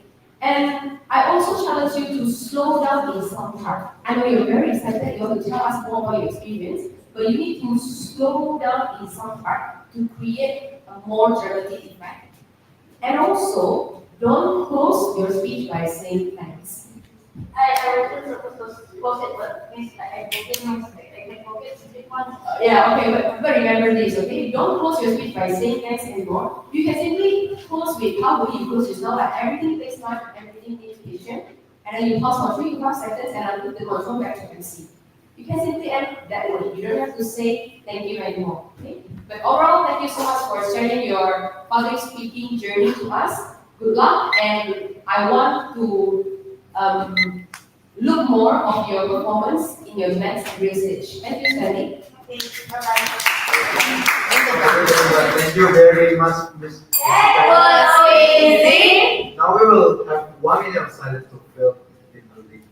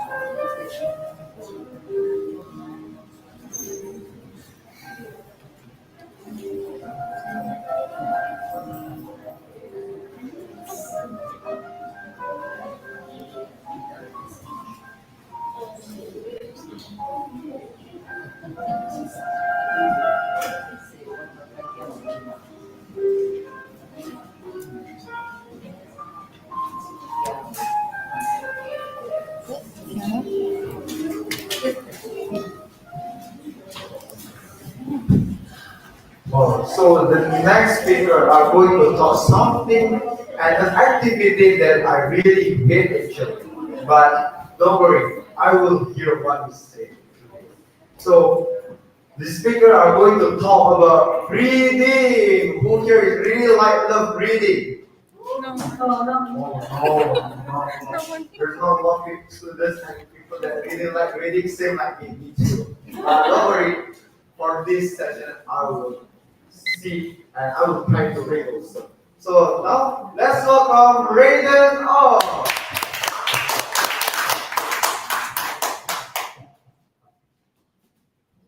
Raiden off, reading off. Your time limit is 47 minutes. The stage is yours. Let us all give applause for Raiden off! Do any of you have a hobby and is it reading? Today, I'm going to tell a story about reading. It's about a friend who didn't like to do almost everything. He didn't like to swim, he didn't like to study, but especially one thing, reading. No matter how hard his teacher persuaded him to read, no matter how hard his parents persuaded him to read, he will just say no. A capital N and a capital O. But one day, in an early Sunday morning, something changed his life. Something no one would ever think of made him start reading. It happened like this.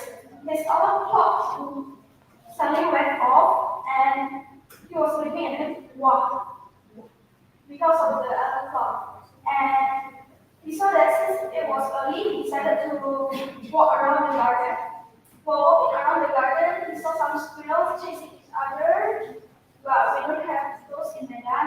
And he saw a dirty book lying beside the squirrels. He saw that it looks old. He decided to pick it up and maybe give it to the owner. But after picking it up, he saw that the title was half covered with dirt. So he decided to take a wet tissue and clean it. After cleaning it, he was so surprised to find out that it was the very book he lost 5 years ago when he was 6 years old. But seeing his favorite book, he felt happy and he started reading it. And with every word he read, he felt happier and happier. And finally, he was filled with so much joy that he could burst. He started to like reading again, so he went to the school library every single day and read almost all of the books there. His teacher and parents were really surprised to find him started reading again. But seeing his happy face, they decided to ask something.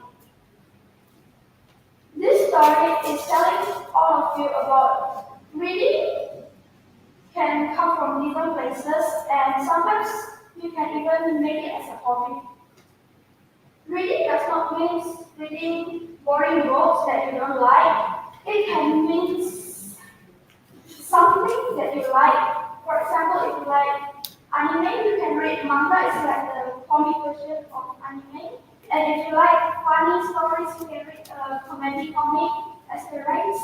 And if you like mystery novels or detective comics, you can read Sherlock Holmes or Detective Conan.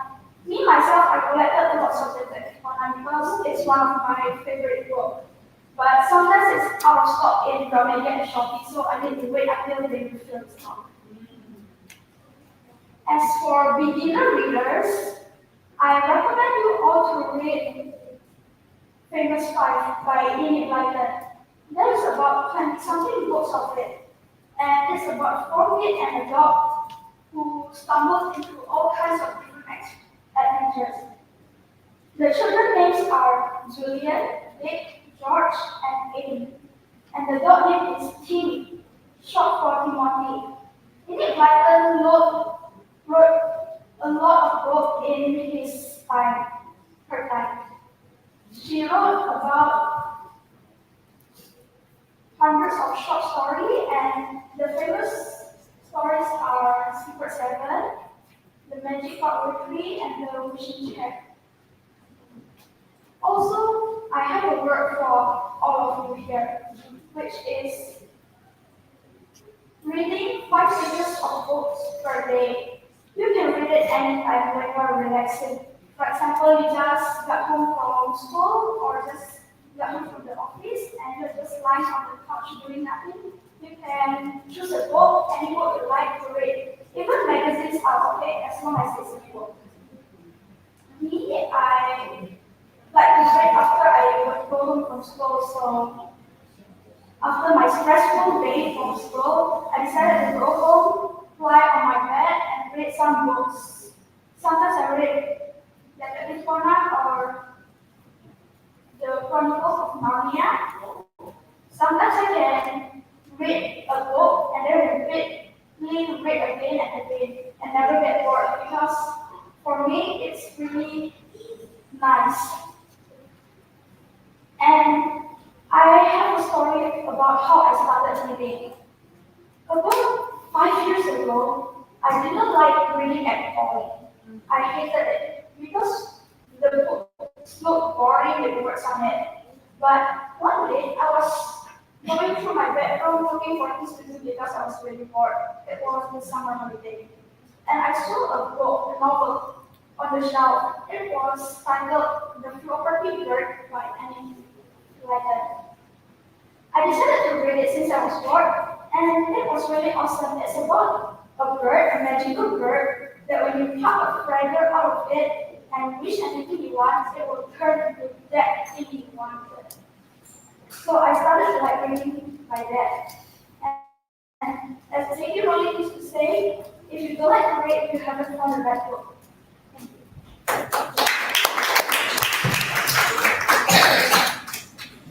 Well, as you see, I put the story your slide. Okay, that's mean that I'm not a love reading actually. So thank you for your tips, and I guess that we should start to reading to even though 5 pages per day. So now let us hear the feedback from one of our judges. Please welcome Miss Cecilia. Let's give a big round of applause for Miss Cecilia. Thank you, Valerio. Okay, Raiden, how are you? Good. You actually shared a very unique topic, which is reading. Like the topic itself is not that unique. I've heard it before, but the way you bring it is very unique. You open with attraction, then you told us a story about a boy who suddenly found his old book bag. Is that story about you? No? Because I feel with the last story you close, it's kind of resemblance, right? You talk about you were born, right? Kind of doing anything. You found one book that intrigued your interest to reading. I thought like the opening have a plot twist like there was me. Oh, there was like but overall, I love that you build interaction with the audience, and then you also think of the audience perspective. Like, what will the audience need to know? Okay, if they don't like reading, they can start with this, right? If they don't understand, there are types of genre that they can read, right? I love that you thought about audience a lot, and that is really good as a speaker, okay? Or you can improve further, Stanley, because your content is interesting, the slide is really beautiful, like the slide is really like feeling I feel like I'm looking at a scrapbook merged by you, right? There was a very nostalgia and vintage feeling on the slide. I love it. What you can do more is first smile.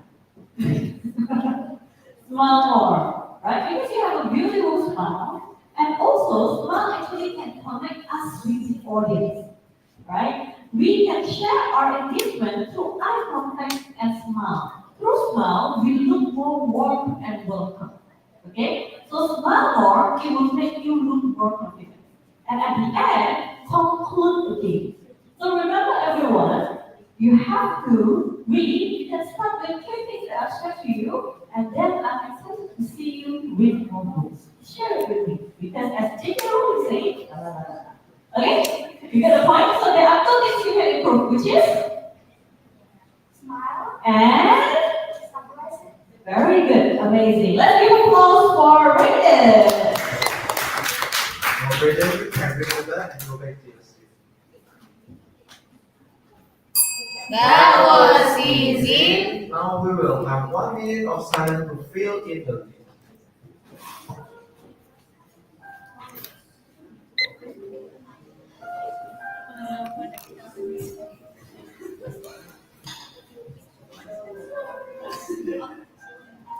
Kita give one of the microphone to Giselle.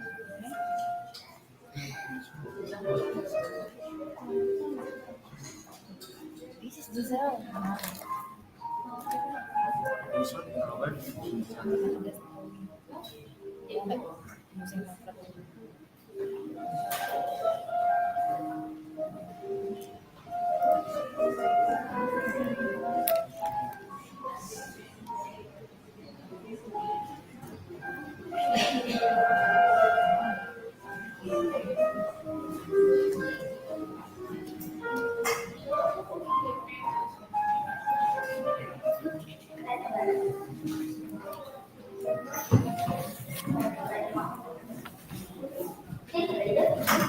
So for this next one will be kind of interesting because this next one will moderate the next speaker.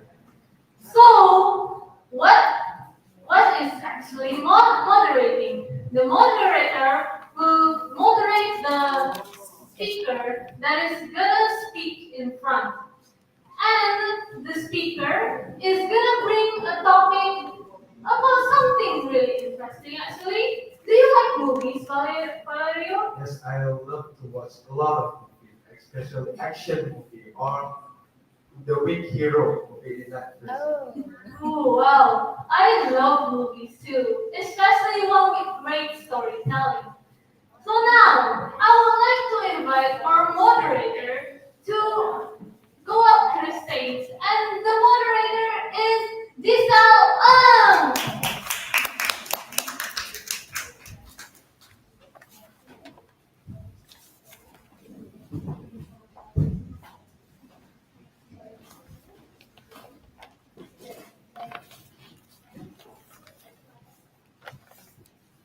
It is a very sunny day and I hope everybody had a great morning.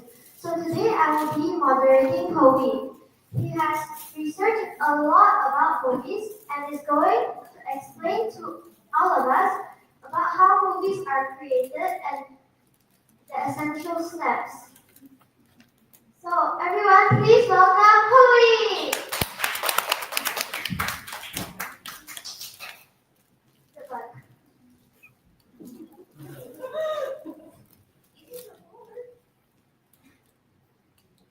Have you ever wondered how your favorite movie is made?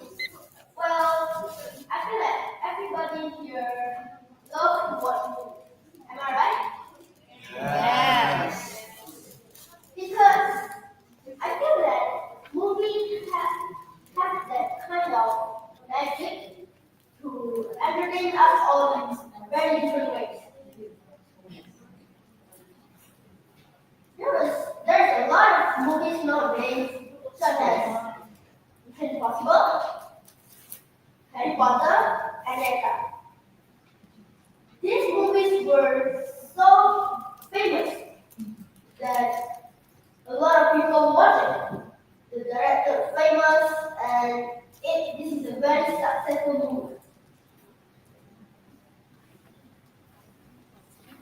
I have a favorite movie also. It's Red World. Because I like those kind of movies about survival and adventure. Why do I love this? I feel that why do I love this kind of movie? It's because I feel like so happy when I watch those kind of movies. So according to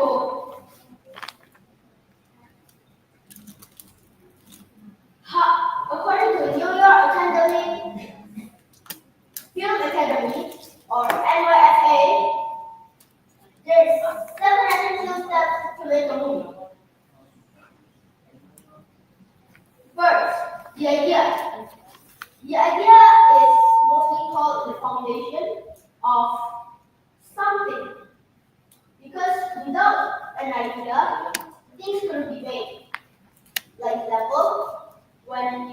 trying to build a building, you need a foundation. If not, when you start to build the inside part, the building will start to collapse. Second, the script. The script is where you put all the dialogues and what will the actor do in that part. For example, Billy, when Billy says that part, he is cry or get angry. That is why this part of the movie filmmaking is important. Third, the storyboard. The storyboard is a sequence of drawing where you put all your movie plan in a short paper, where you draw and let the crewmates know what are they going to do, what are going to act, and what is going to happen at that place. Fourth, the cast and crew. The cast and crew finding crews can be very exciting and tired and frustrating at the same time. Why? Because this part is a very, you need to take quite a long time to find those crews that are good at those things. Like you have to find the actors, the editor, and a lot. Fifth, the location. Look, directors always find one people to go to a place which is more similar with their ideas. Like Jurassic World, they go to a really island that is not really famous, I don't know why. Then they go to that place and take some photos. Well, then they take kind of a lot of photos so they can put it in the movies later. Six, the filming. The filming is the process where you put the actors, the storyboard, the script, all of them inside in one shot. Like when actors need to act, that's the place where actors need to act and most crew have to work. The last step is the post-production. If you think filming took the longest time, I think that's a mistake. Why? Because post-production is where you put the locations, the photos, the sound, the theme, everything is made in the post-production. That's all for me, and may the magic of cinema inspire and entertain us all. Thank you.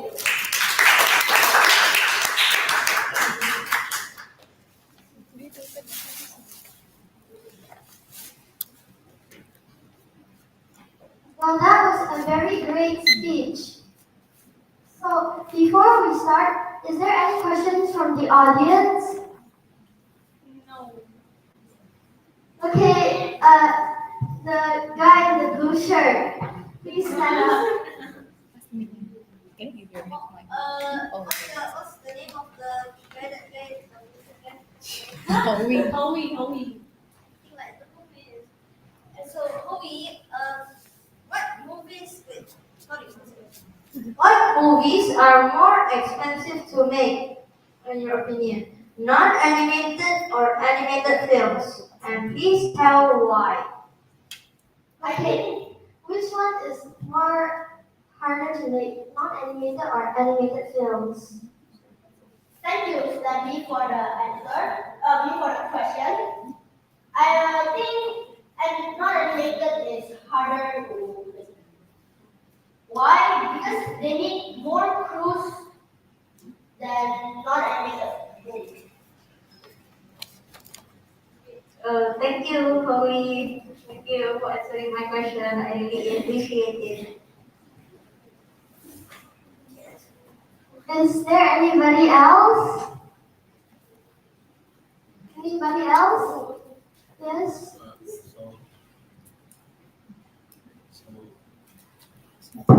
So, Hoi, if you can make one movie, what movie you want to make about?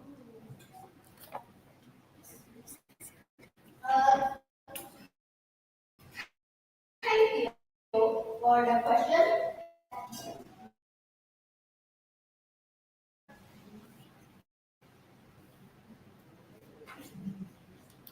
Okay, anybody else? Yes, please. For me, does AI help in movie production? That's a great question, Isana. AI really helps in movie production. Why? Because most directors prefer to use CGI. That's why they put all the locations with the green screen, as you guys can see from the bloopers. Oh, okay. That's a very nice question. Is there anybody? Last person. Yes? The guy that's wearing fully blue.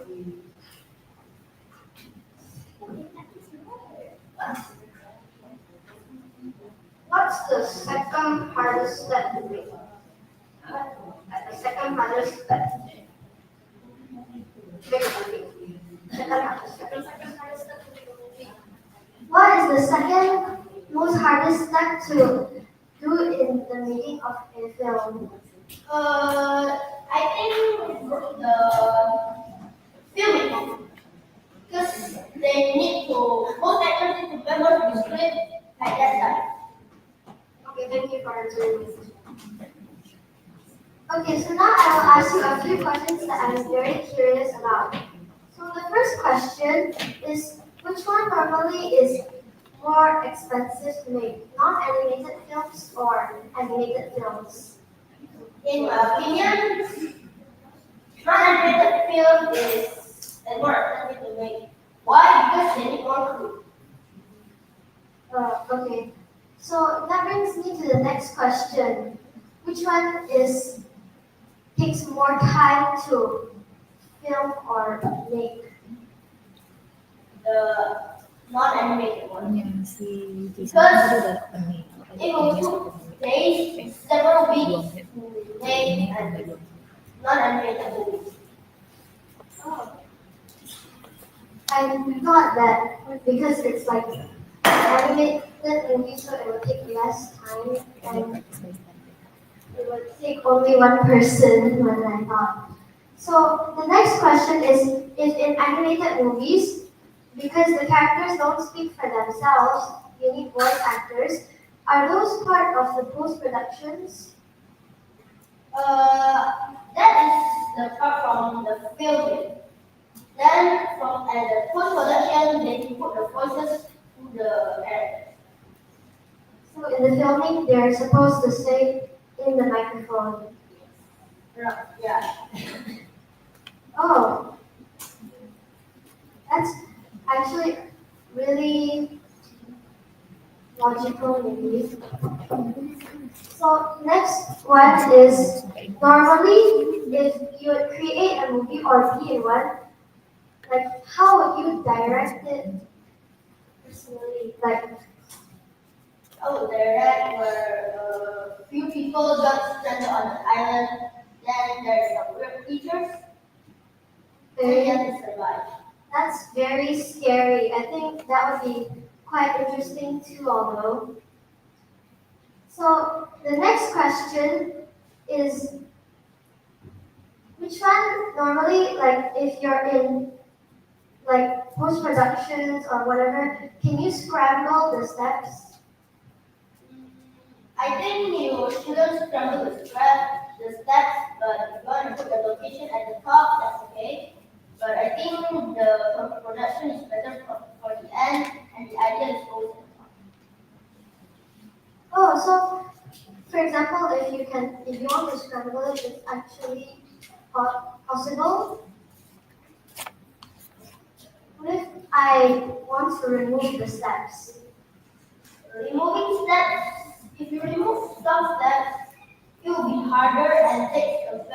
longer time too. So it will take longer, but don't you remove the steps?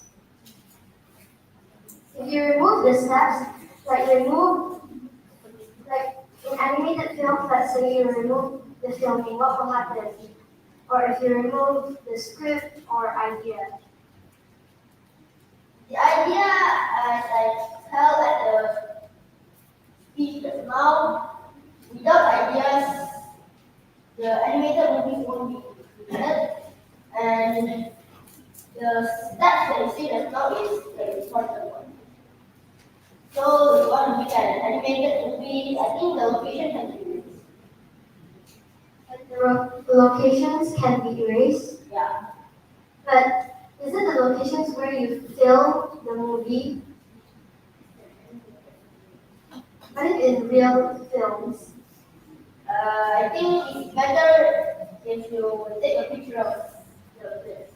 So you'll send somebody to go and take a picture and ask them to come back and will edit photo into the movie. Yeah, I think that's it. So normally, how long would it take on average to find the perfect cast and crew? It will take several weeks Several weeks. or several days if you do some. For example, let's say on average there are like 5 people, and you want to find 5 people to play like Snow White and all the Disney princess. How long would that take? If you do a lot of research about the actors, it will take probably 3 days. So 5 people, 3 days, and if there are a lot, more than a few weeks. Is that what you're saying? Yes. Well, that's actually very interesting. Does anyone here think that this speech was very interesting? So what inspired you to do this speech?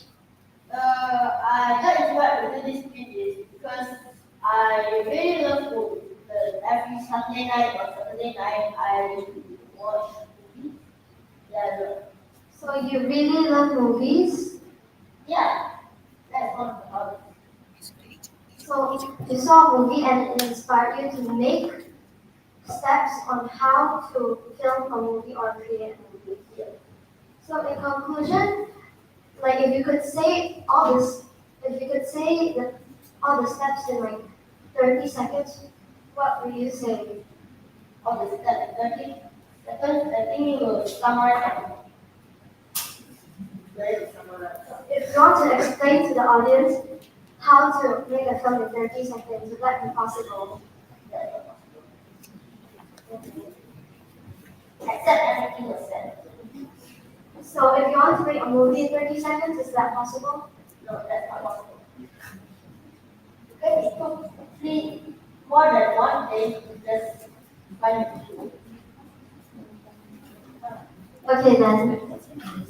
So normal, how long, like you said so many examples there, like Harry Potter, Meta, and what was it, Jurassic World?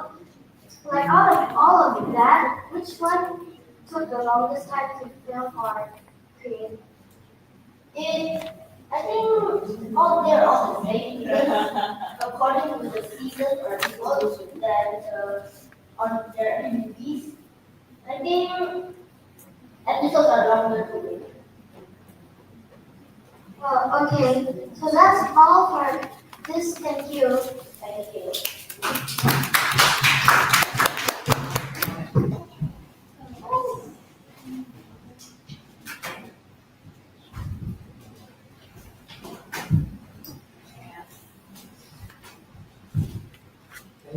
Thank you guys. You guys showed really a great talk show today. You share us a lot of knowledge about movie and share what you guys love. What movie you like? Just not Jurassic Park, and we have the same movie. So okay. So now let us share the first feedback from Miss Jessica Yona.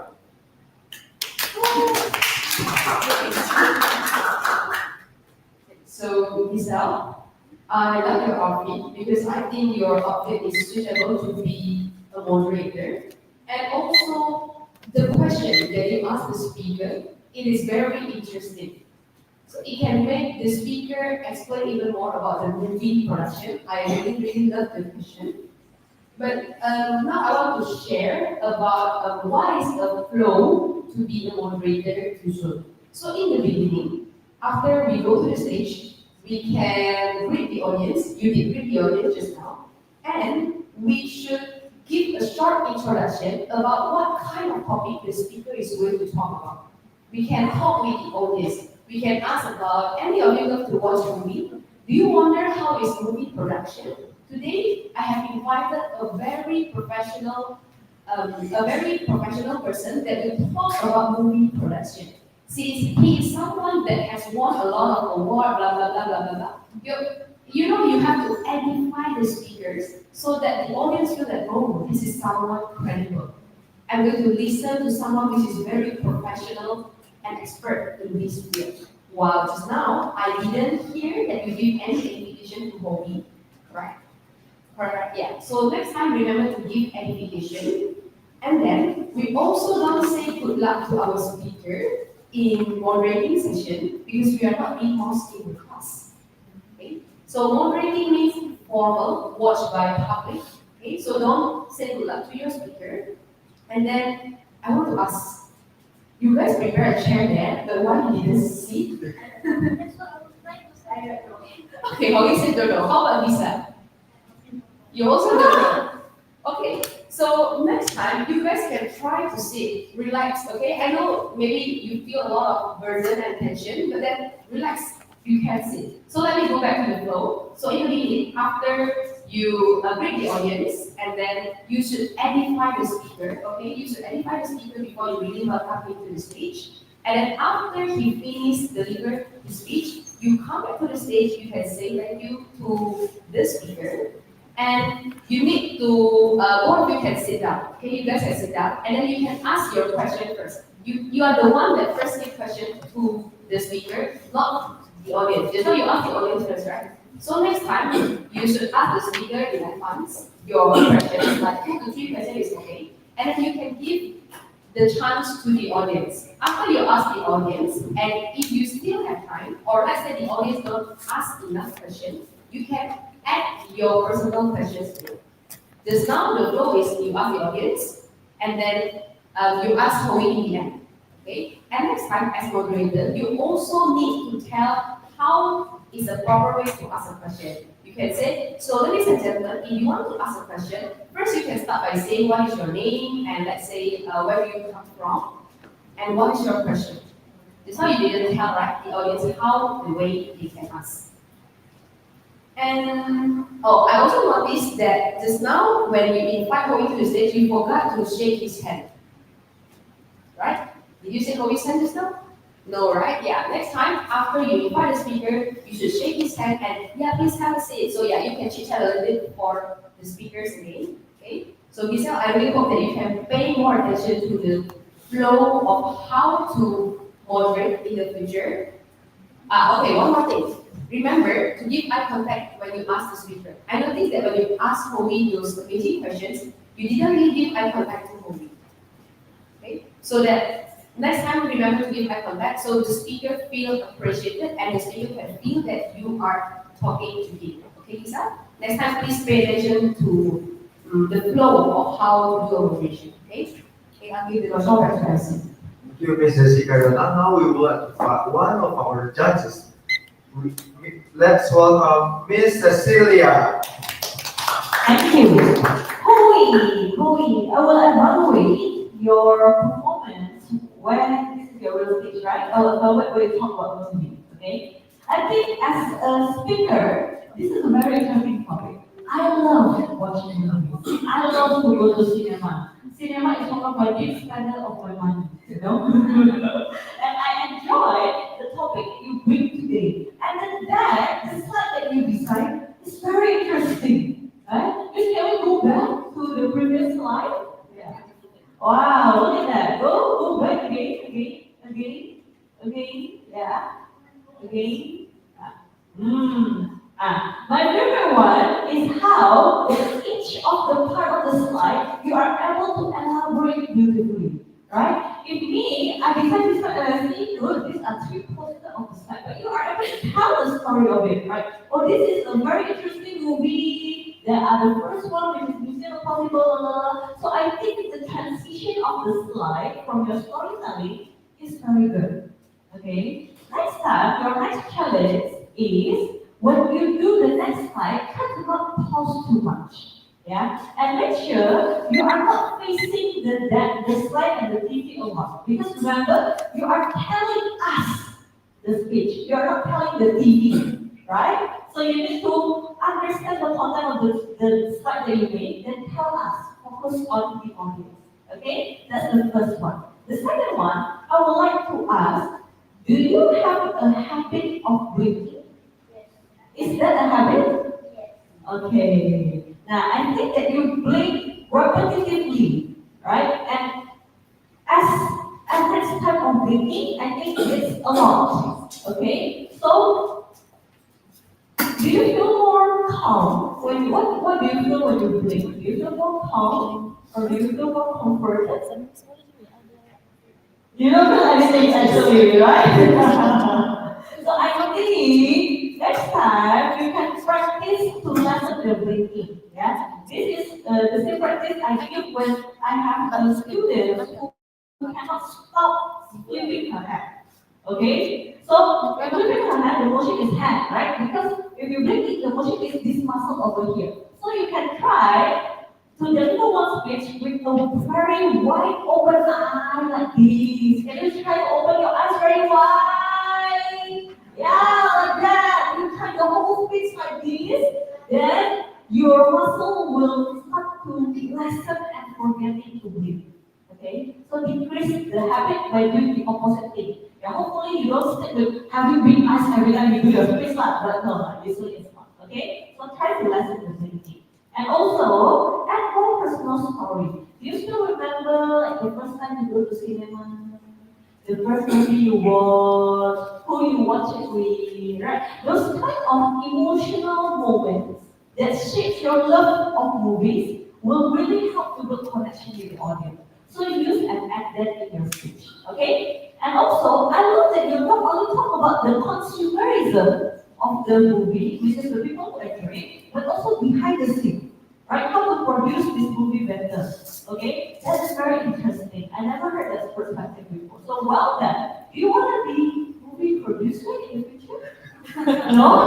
Do you want to be movie investor in the future? No as well.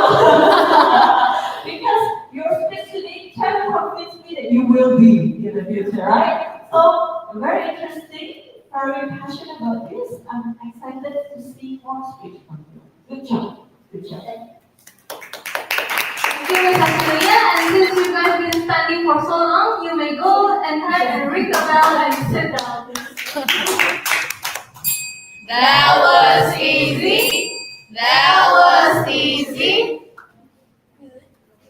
Now we would like to have 1 minute of silence to feel in the, oh, I mean 2 minutes of silence, one for, only one for Lisa.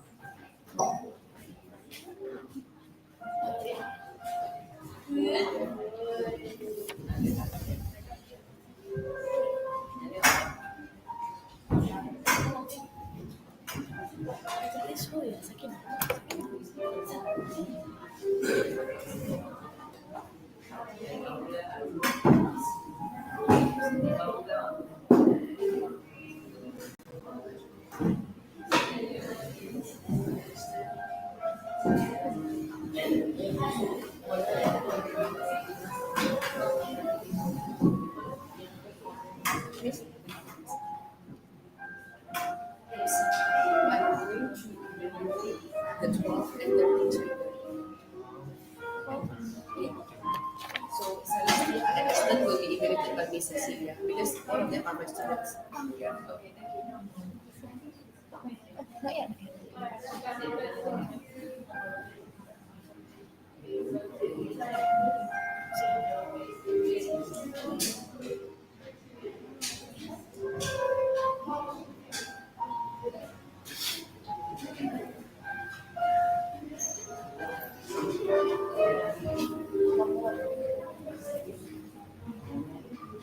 That is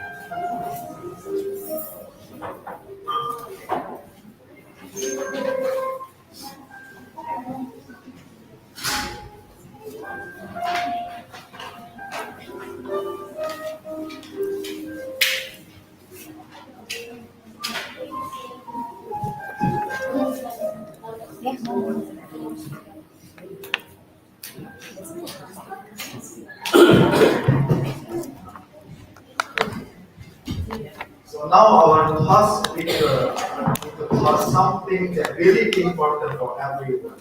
Do you guys love yourself? Yes. So now we should listen to this speaker talking about. So our next speaker are going to talk about loving self. Please welcome Sakina Alima Regun Harahap.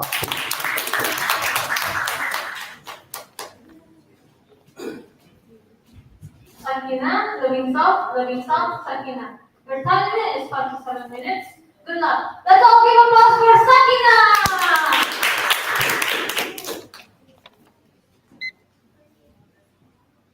Ladies and gentlemen, loving yourself like you would a beautiful flower.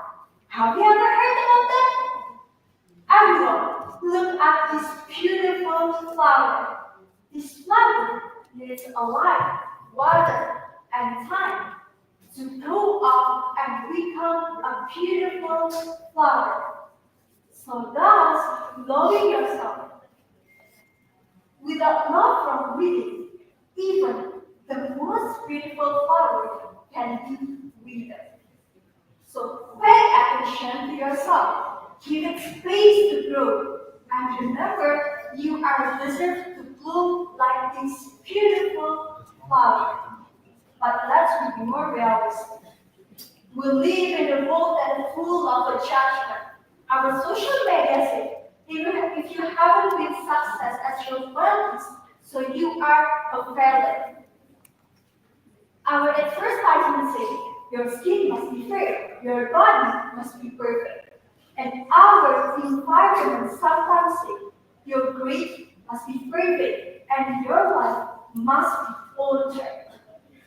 But without realizing it, we start knowing ourselves with conditions.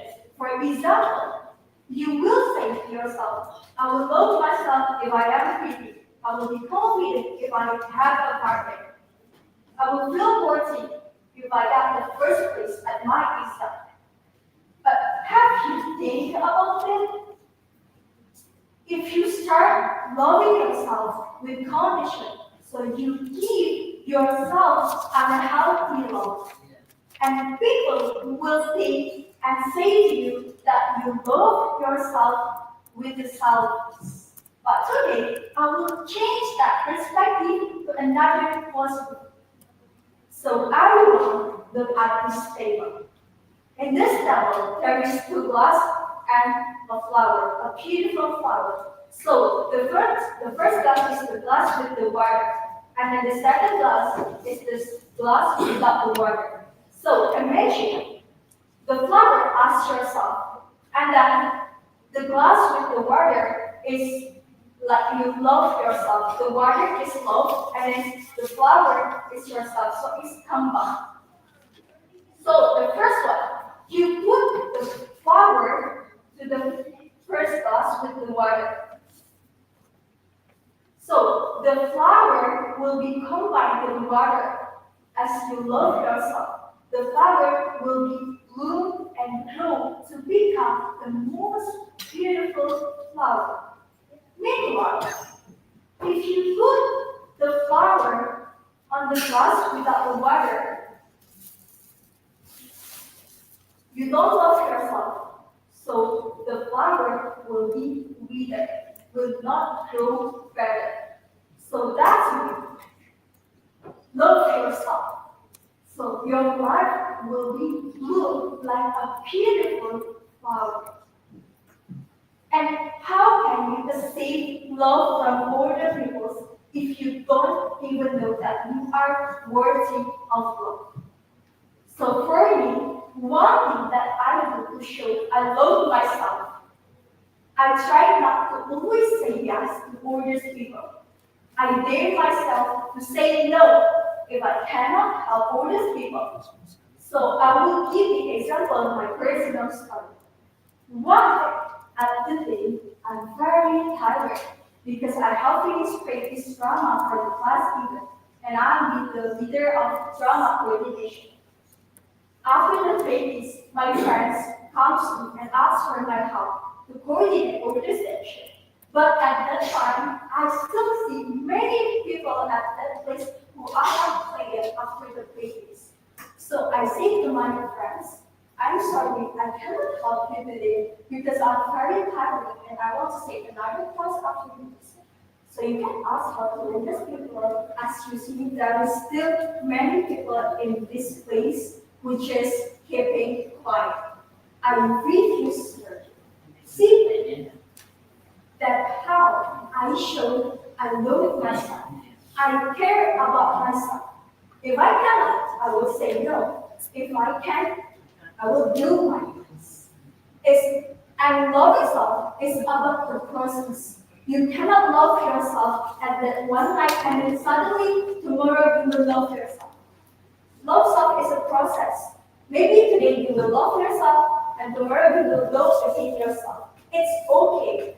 As long as you keep being the process, you keep growing, you keep growing. So, in the conclusion, before you wait someone to love you, before you wait someone to make you happy, remember you are a beautiful flower. A beautiful flower doesn't bloom because of other people's judgment, but it's because love by itself.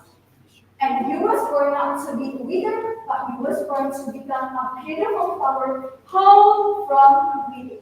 So I want everyone and here to raise up your hand and then put your hand on the left chest and repeat after me. I will always I will always love and appreciate myself every day. myself every day. So thank you everyone to appreciate yourself for today. Remember, love yourself at first because without love, everything begins. I'm Sakina. Thank you.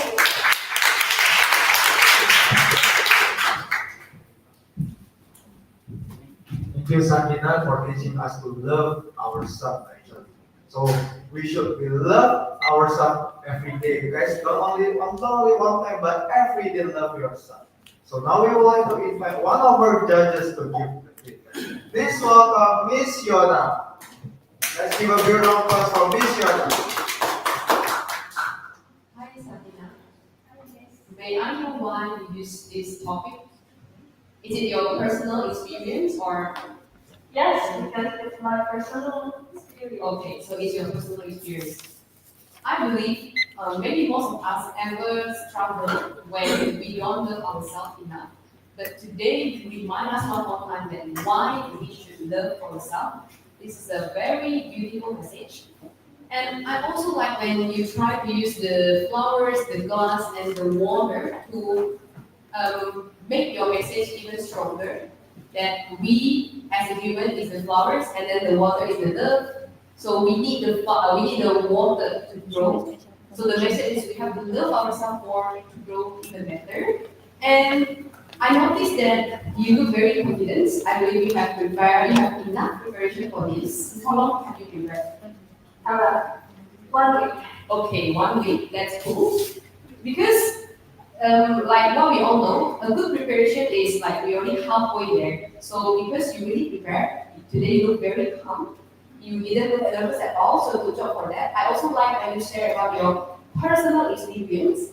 And in the end, when you ask all the audience to raise hand and put on our left side and then say that I'm going to love myself every day, blah blah blah blah. So very beautiful. But for me, I think the message was kind of too long. Probably we can make it shorter so that we can remember more. Okay, we can remember more. And next time, remember to give pause after you ask question so that the audience can process, oh, this is the question, oh, what will be my reaction? And also, I noticed that you have a strong voice since beginning until the end. Okay? Try to give a variety in your voice so that it will create a stronger impact. So in some part, you try to lower your tone, try to speak slower so that you can feel the difference. And again, never thank your speech by saying thank you. Okay, we as the audience are the one that need to thank the speaker because we get to know something from you.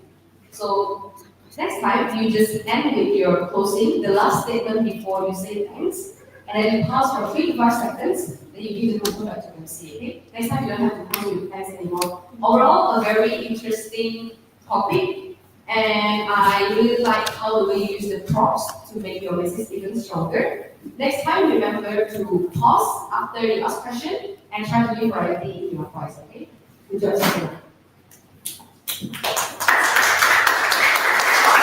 Thank you, Ms. Yona, for this wonderful feedback. And Sakina, you may now ring the bell and go back to your seat. That was easy. Now we would like to have 1 minute of silence.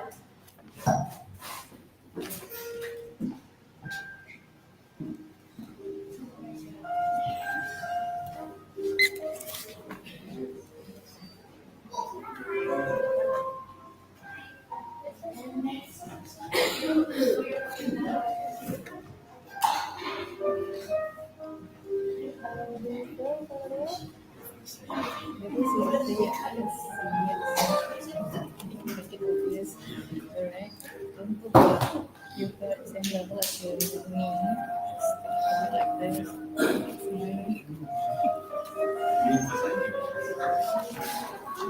After this, okay, we can go to.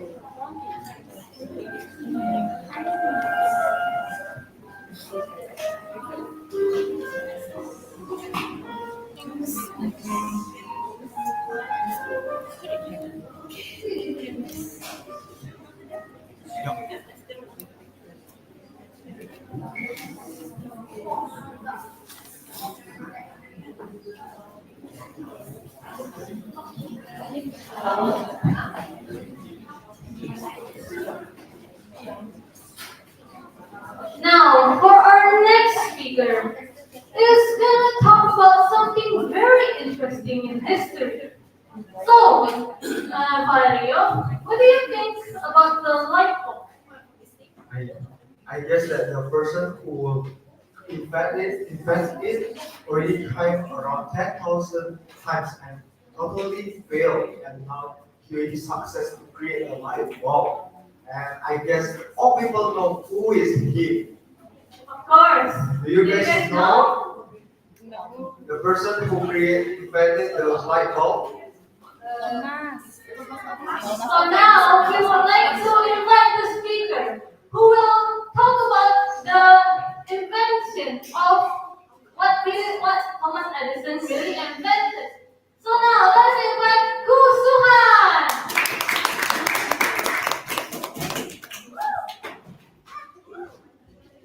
Tuhan, more than a light bulb, what Edison really invented, more than a light bulb, what Edison really invented. So, your time is 27 minutes. Good luck. Let's give applause for Gu Suhan.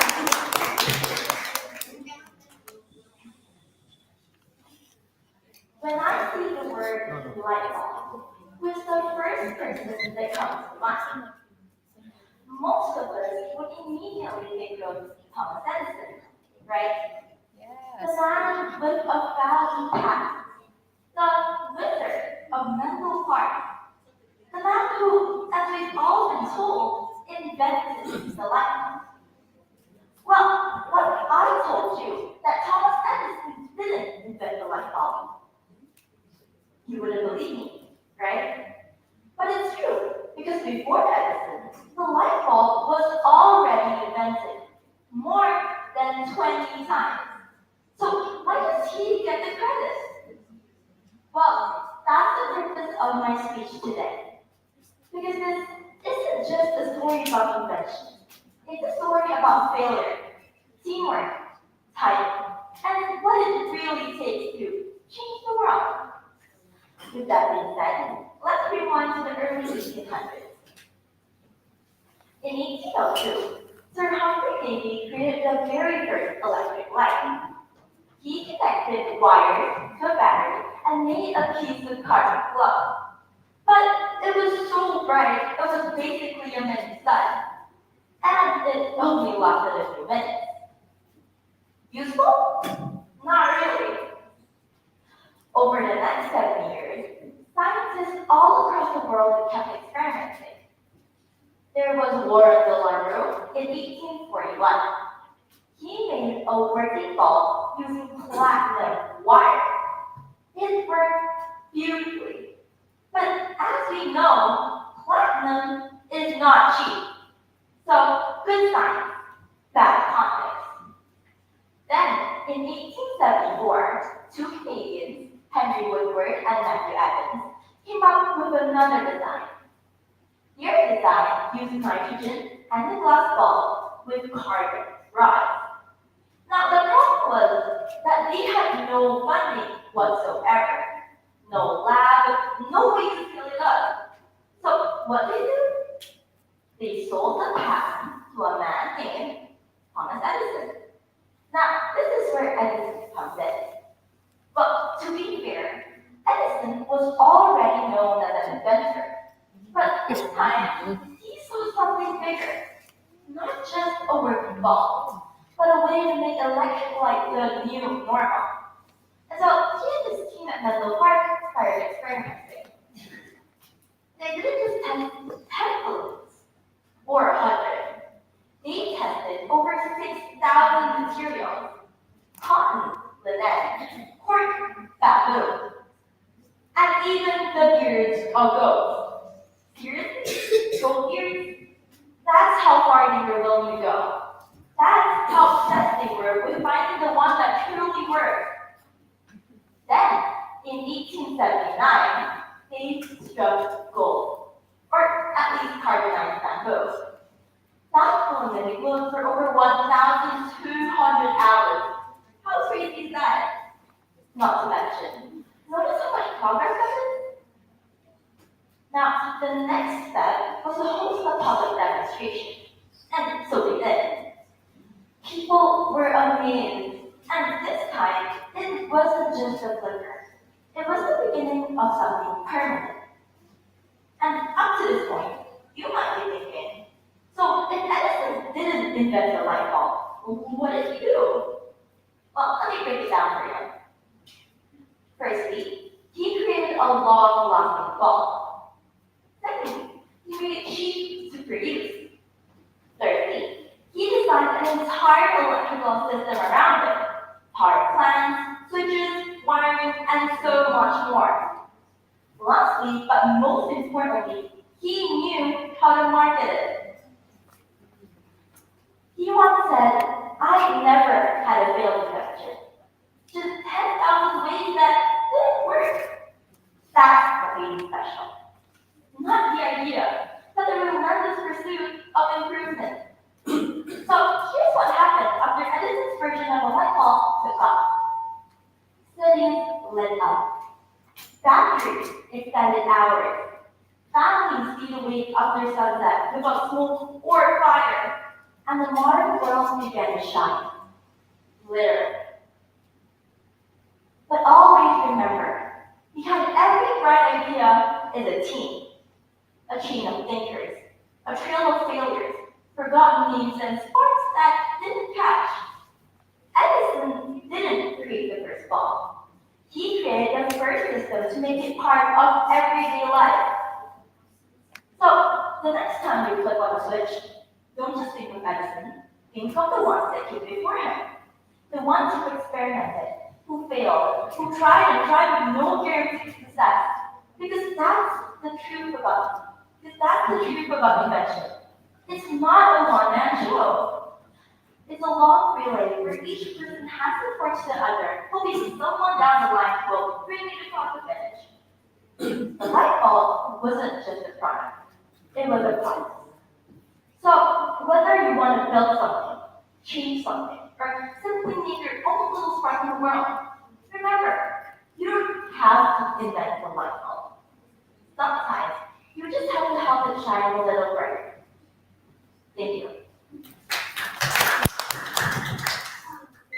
Wow, what a great, wonderful speech about Thomas Alva Edison, and I learned a few fun facts about Thomas Alva Edison. He not only invented the light bulb, but he invented a lot of things more than light bulb. Thank you. Okay. So now let us hear the feedback from one of our judges. Please welcome Miss Jessica Yona. Kosuhan, may I know why you bring this topic? Because usually when I read books, John and I read books, they always say that Thomas was the one that invented the light bulb. So I did some research and turns out he wasn't the one that invented the light bulb. It's like kind of surprised, so I just decided to share it. Yeah, I agree with that. So since I was young, I always know that he was the one that invented the light bulb. And I just know this recent years that he was not the inventor. And yeah, it's a good idea to bring this topic because I believe not everyone really knows the truth behind the light bulb. So good job for bringing up this topic. And usually something about his story is boring, but if you use your own way to deliver the speech, the real story behind the light bulb in a very creative way. And I really like those slides, you know. The slides was dirty, and but then it also still very beautiful. We can see the wording very well, and the slides also didn't consist of too much wording. And you also use a high resolution photo in every of your slides. So good job for that. Because sometimes some trainees forget they use a low resolution photos, but you didn't. So good job for that. I think I'm going to give 10 out of 10 for your slides. I love your slides. And also, you look very comfortable speaking in front. And I like how the way you put your speech. The message is behind every bright idea there's a team. Okay? That really reminds us that we are not only, Thomas Alva Edison is not the one and only that we should thank, but also the team, the man behind him as well. For your next performance, I challenge you to give more eye contact to the audience because I noticed that you look more to the judges and sometimes to this side rather than to all audience. Next time, try to give the audience to everyone. And also, the way how you point the clicker is to the computer, to the laptop, okay, instead of the screen because this is only the screen. Okay, but when you want to control, you point to the laptop. And I know probably you guys already feel tired because I keep on repeating this for many times. But why speakers always love to end with thank you? Any, you want to say something? maybe it's a habit, okay? Actually, it is not wrong, but it is just become less powerful. You already give a very beautiful message to us, and then you're like, you already bring us here. So I think it's better for you to close with your message on the board, and then you stare at the audience for 3 to 5 seconds, and then give the thumbs up at MC instead of saying thank you. Okay? And I'm looking forward for your next speech. Good job. Let's give a big round of applause. Now he's Someone may ring the bell and go back to the seat. That was easy. So now we would like to have 1 minute of silence.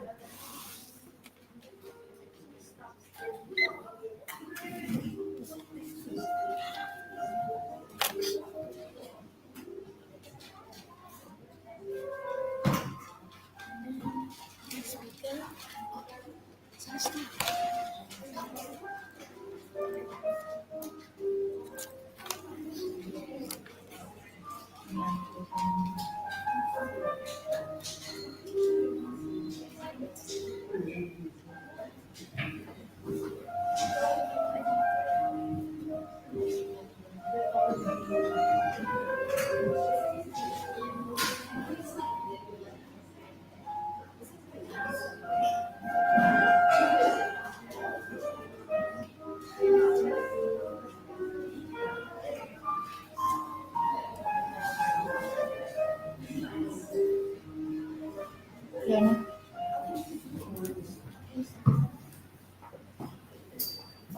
So our next speaker is not. She's not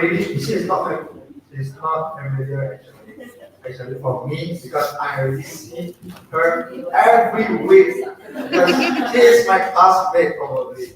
So please welcome Celestia Santiago.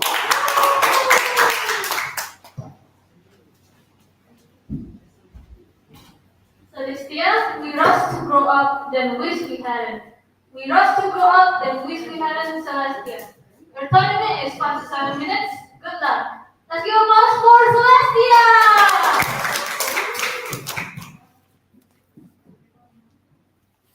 Ladies and gentlemen, who here has ever wished you could be younger again? Please raise up your hand.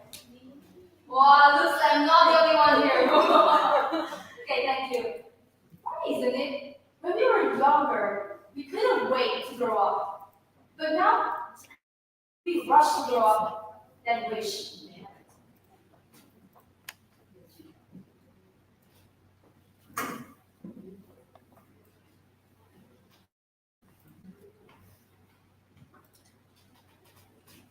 Now look at this picture. I still remember that in my Bahasa Indonesia class in grade 8 era, on the very first day, everyone was so nervous because my teacher seemed so strict, serious, and honestly, a little scary. We all thought that the year was going to be tough, but as time went on, something changed. My teacher started joking with us, smiling more, and even letting our class to have moments like this, the middle picture here, turning an ordinary day into a silly concert. And the reason why we did a fake concert in class because we had to spend our last day together with my teacher here as memories. And actually, in this photo, I didn't take a whole picture of us and record everything because I was having fun there. So, yep, these are the only photos I have. Everyone's laughing, someone's playing music, singing, and all the phone lights were turned on, just like a concert, you know? In addition, the phone lights were actually on. But if you are wondering why there are only few lights in the picture, well, the photo didn't just catch it, so looking back now, it wasn't about those words. It was just those silly, funny moments with friends, and maybe with teachers, that made my grade 8 feel special. Funny how I miss it now. My elementary school moments were the best too, because I could play with so many friends, run around, laugh, and even make a mess together without worrying about anything else. And when I first graduated from kindergarten, I actually didn't have so many friends in my class in grade 1 at first, because all of my classmates were new. Like, they were all from different classes. But as time went on, I started making more friends, especially because they were so fun to be around. And what made it even more special was having my twin best friends. Yes, we're twins. We were always together wherever we went. They both had curly hairs, and we even shared our funny moments together. It's been so long now that I have even forgotten their names, and I haven't seen them since. And actually, I don't really have the photos from those days because I didn't have a phone yet at that time. But my mom did take some photos of me with my childhood friends. But yeah, she forgot where she saved them, so I think they probably go somewhere. But even with the photos, those memories still feel warm when I think about them. And it makes me realize something. We always think that life will finally start at the next stage. Middle school, high school, college, job. But the truth is, life doesn't really start or finish. It keeps moving. And while we keep moving forward, we forget to look around. And it makes me think back to those peaceful and easy days when life felt so funnier, lighter, and somewhat happier. When the biggest thing we worried about was finishing our homework quickly so we could run outside and play with neighbors. And I still remember being in primary school and watching the older kids walk past. Wow, they look so cool, so free, no nap times, always on their phones, and none of the little rules we had to follow. Every birthday felt like a small win. It's like I was stepping closer to what I thought was real life. Then came into school. Suddenly I thought, high school must be even better. That's when life we finally complete. But even in high school, there were new things to wait for. Job, college, driving, being treated as an adult. And right now, I'm in grade 11. And of course, I still have one more year to finish high school. And honestly, I should really have to start thinking about college, which is really frustrating. It feels like my mind is always jumping to the next step instead of staying in the moment. Honestly, I do wish I could go back to being a kid again. But right now, I also realize that we should learn to say, I'm glad I'm here. And notice what we still have in this moment. Like right now, I'm really glad I got to be in SMO1 because maybe one day in the future, I'll look back and miss this too. But we rush to grow up, and in the process, we miss what is right in front of us. The friends who made us laugh even on bad days, family waiting at home with stories to share, and all those little moments that made life feel familiar. One day, these memories will become our favorite memories. And by the time we realize it, they're already gone. So maybe growing up isn't about moving faster. It's just about noticing the small moments, everyday laughs, and the people right beside us. Because later, we might look back and say, this we're small at all. They were the moments that made us who we are. So ladies and gentlemen, instead of wishing we could be little kids again, maybe we should say, I'm glad I'm here. Back to Nancy. Wow, such an inspiring speech. Now, I would like to call one of our judges to give feedback. Let's welcome Miss Cecilia. Okay. So, Lucia, you are a surgeon going to come on now. Wow. I don't think this is a surgeon level speech, yeah? Huh? General. We're gonna find on your side, yeah? I think, so Lucia, I feel like I'm listening to a mini TED talk right now. It feels like I'm listening to a speaker with years and years of experience talking about a topic that I am very interested to listen to, right? So you are owning a very good and interesting title. You deliberate really well. The structure is very tight.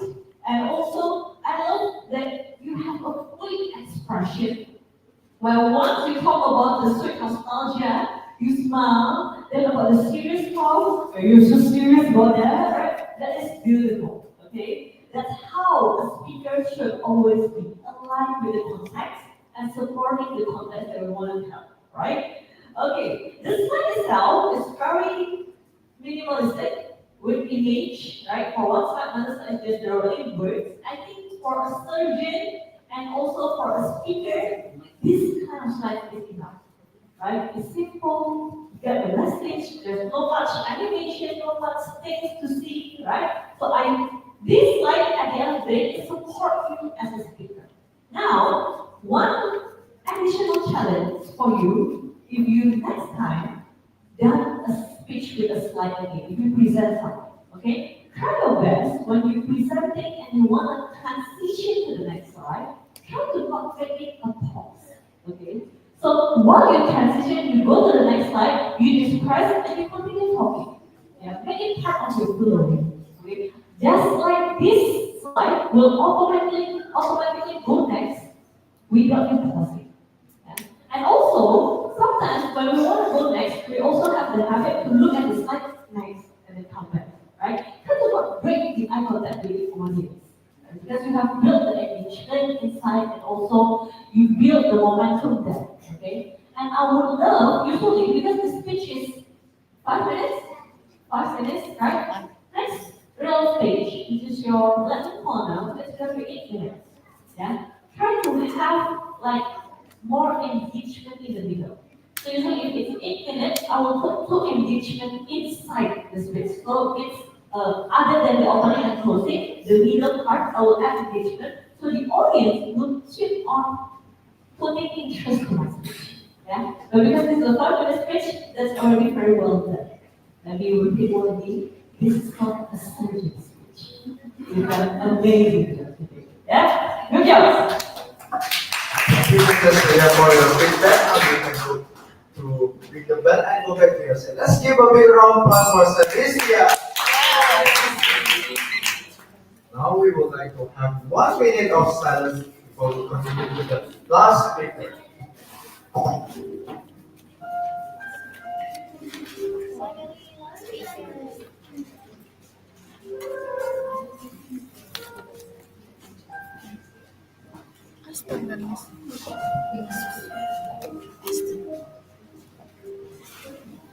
Ini tak extra.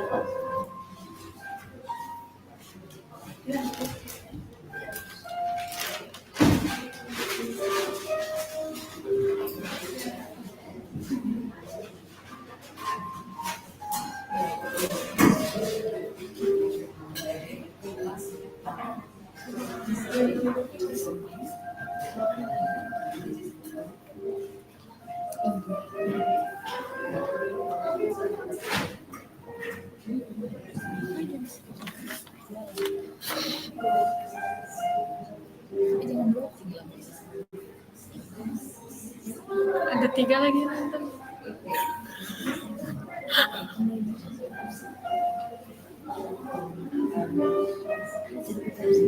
Charger light si ada nih.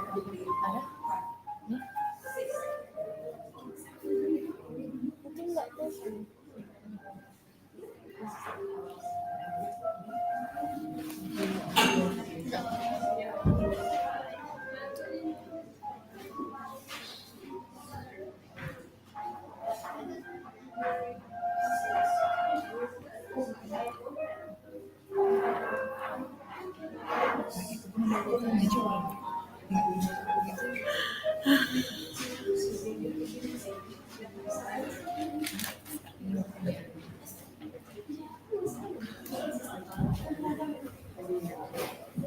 For our last and final speaker, he will bring a product to sell. So, Valerio, have you heard about this product? Yes, I used to have this product also because I have flu and I really need this product to make my flu even better. Oh my god, yes. So I've heard of this product because I've used it since childhood. So that is very interesting. And now I would like to invite the speaker. And the speaker is Aston Hoey. I guess you knew it for so long time that for your birthday. So how do you feel? Oh, okay. So now, good luck, Aston. You finish yours.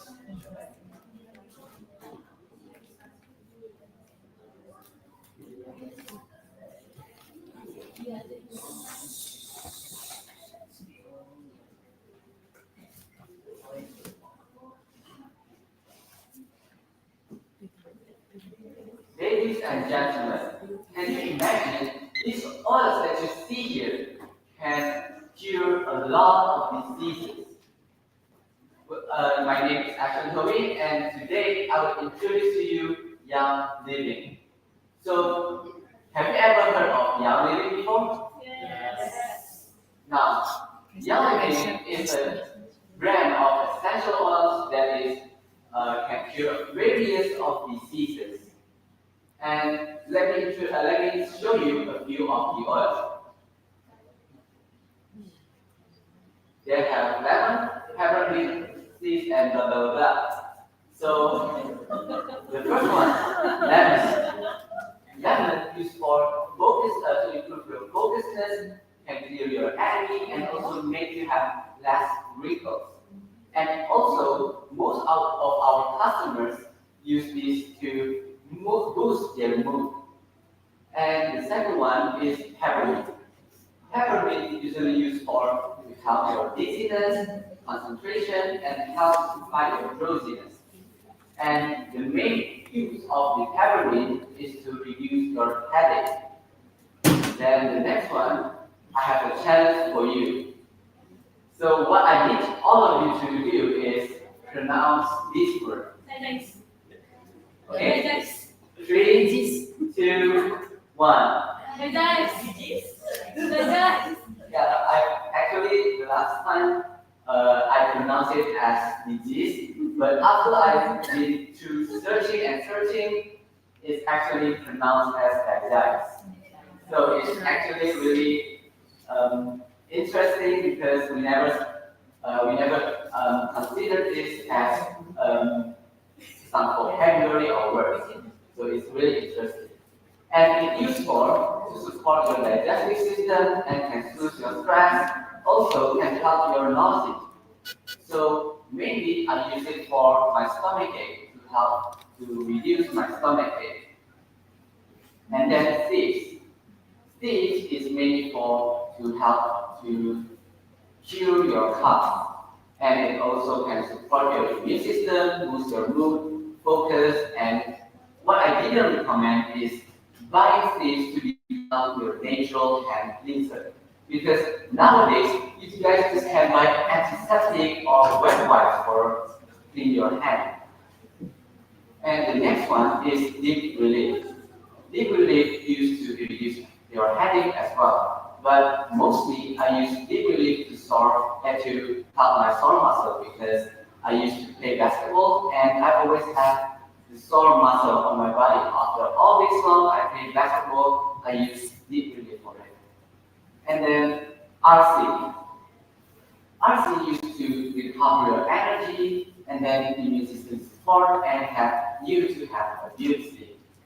So usually I use RC to help me to sleep. And then Valor. Valor can promote your courage.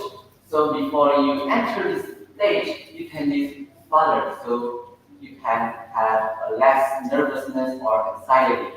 It can give your confidence. And then the last one, lavender. Lavender can actually heal your wounds. So back when I still play basketball, I got a lot of wounds on all over my body. So I use lavender for it. And it also can support your healthy scalp and nail health.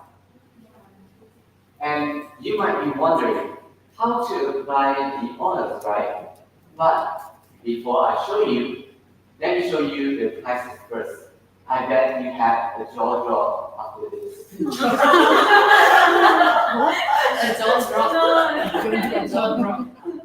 No, just ignore all of the prices because imagine that you got your family live a happy and healthy life. I bet that is what you guys want, right? So your family and you only live once. So why don't you make them happy to buy this product that only costs like about a million? And a million can last long for like a year. So as you can see here, this is how you use the oil to apply the oil. And you just need a few drops to your palm, like this, a few drops, and then circle your palm like about 5 times. After 5 times, you drop another oil to blend it. And you can also use diffuser for it. And this is how the diffuser looks like. And based on my experience, When I use the diffuser, it will spray the mist. So after it spray the mist, a room of it smells of the oil that I put in. So a room of it because my family was there. My family never flew anymore. And the third one is you can smell it. Smell it means to apply to your skin.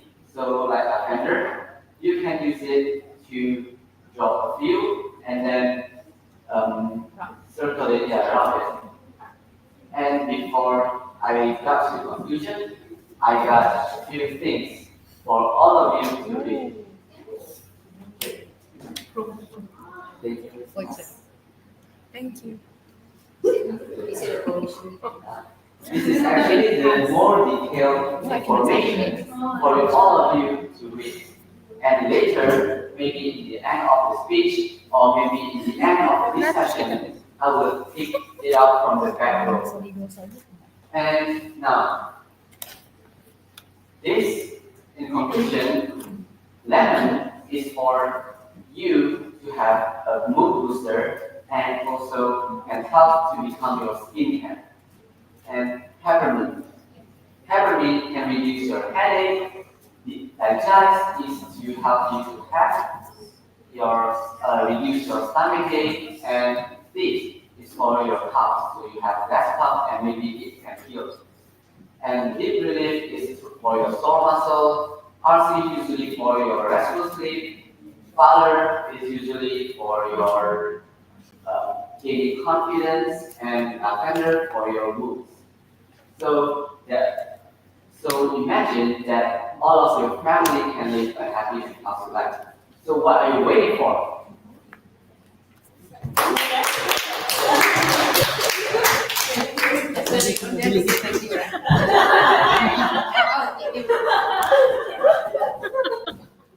So if you want to have a healthy family, buy a young lady.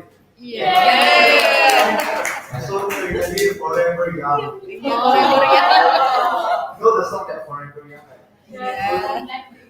To be forever young like me, you should contribute. Okay, so now let us hear the feedback from one of our judges. Let's welcome Miss Cecilia. Okay, Ashton, are you feeling as the last speaker today? Hello, Ben. That's why you say normal only. You know, that's the curse of last speaker, you know? And you will go through the numbers of the previous 17 speakers, right? So I think we done really good job today as speaker, especially with interesting product, yeah? Yang Tinggi. I saw you before presenting this product, right? When we have special class, so I think the design of the slide is beautiful. It was really simple. It enhanced the natural of it really well. Because you're selling about a health product, okay? And also you bring the product, you give interaction with the audience in the middle, which is like a funny joke, like that kind of thing, yeah. But that was very funny, okay? What you can do next time, because as a seller, you are qualified already. Now, let's change how to be the best seller, right? To be the best seller, what you can do, next time, if you present this product, you have like 10 products, 10 flavors, not flavors, fragrances, right? 10 fragrances. Instead of each transition, you go through it, the next one, and then the next one, and then, and all with the same format of product plus problem. Why don't you try to switch it? Problem first, then product. Then before you go to the next product, you can say, anyone here have headaches? Ever have headaches? You ever reach for Panadol? I'm gonna give you a healthy solution. Okay? This is la la la la la la, example, yeah. But don't need to copy my la la la la la la, yeah, as you did just now, yeah. It was confusing, okay? So you twist it. Problem first, product and solution later. Okay? You get the point? So not product problem. Problem first, then product. Yeah. it will help to sell expensive stuff. Yeah.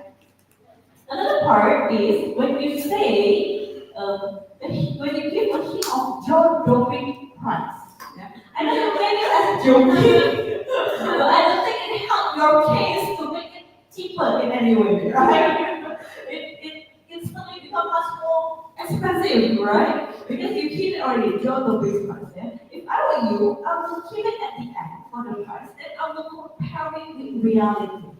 Everyone, you think that this is expensive, but comparing it with looking at your child sleeping in a bed of hospital and waiting to get better. Which one is more expensive?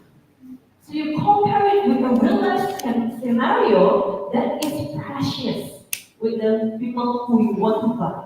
Okay? Then people will suddenly think this is not expensive. Right? You get the point? So find emotional point to sell for the audience, especially when they start expensive stuff. Yeah? And I love at the end you tend to not say anything. Yeah? Good job. Didn't dinner, yeah? Miss Yona is here. Okay, I'm excited to see you. You are going to Kola now.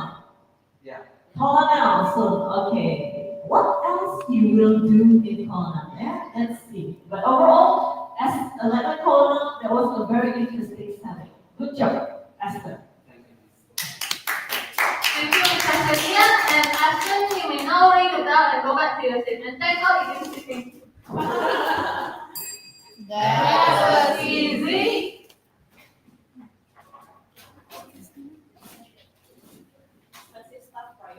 Yeah, of course. So now we would like to have 1 minute of silence.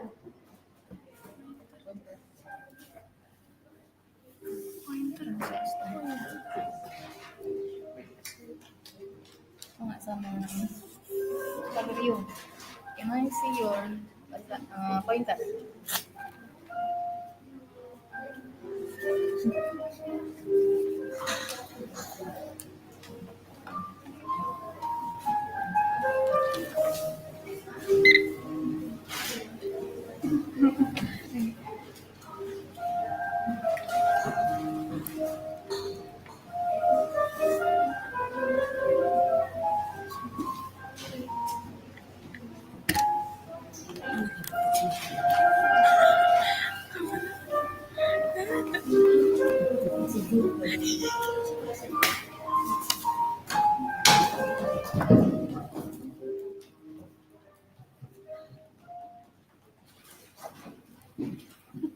Nice.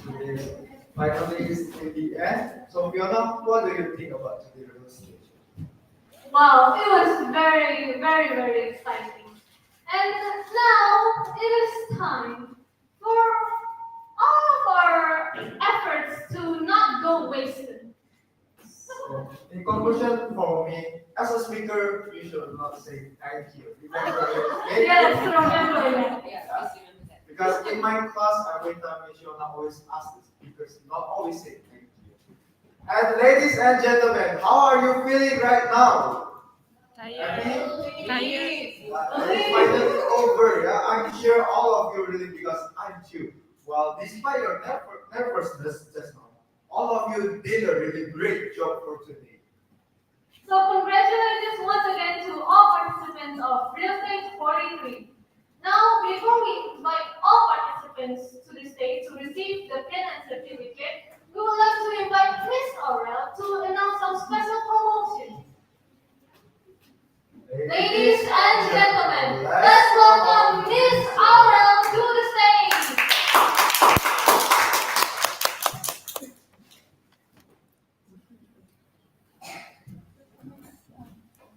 Selamat sore Papa dan Mama semuanya. Perkenalkan nama saya Christina sebagai Customer Relationship Officer di SML1. Seperti yang kita ketahui, mungkin dari Papa dan Mama ada yang belum mengenal saya. Saya sebagai CRO di cabang Tritura yang mungkin dikenal sebagai Aurel. Izinkan kami memberikan beberapa informasi terupdate mengenai SML1. Yang pertama sebelumnya adalah mari kita berikan tepuk tangan yang luar biasa kepada peserta hari ini. Berikut adalah informasi terbaru kami yang pertama adalah mengenai buku. Untuk trainee yang sudah berhasil menyelesaikan tahap first stage akan melanjutkan ke level berikutnya. Untuk melakukan level berikutnya saat itu dengan pembelian buku untuk di next level tersebut. Khusus hari ini Bapak dan Mama, kami sedang ada promo spesial yaitu promo 100.000. Yang mana untuk buku di normalnya adalah 600.000, namun untuk hari ini menjadi 500.000 saja. Jadi, Bapak dan Mama kami sangat menyarankan untuk pembelian buku untuk di hari ini, karena berlaku transaksi khusus hari ini saja. Untuk informasi selanjutnya itu adalah referral atau ajak teman. Mungkin dari Bapak dan Mama sudah ada yang mengetahui program ini, yaitu program untuk mengajak teman. Jika Bapak dan Mama merekomendasikan SMA1 kepada siapapun, maka Papa dan Mama sebagai orang yang merekomendasikan dan teman yang diajak akan masing-masing mendapat diskon spesial hingga 200.000. Caranya sangat gampang. Ketika teman yang sudah terdaftar, di saat untuk mengisi link pendaftaran jangan lupa mengisikan nama Papa dan Mama yang merekomendasikan.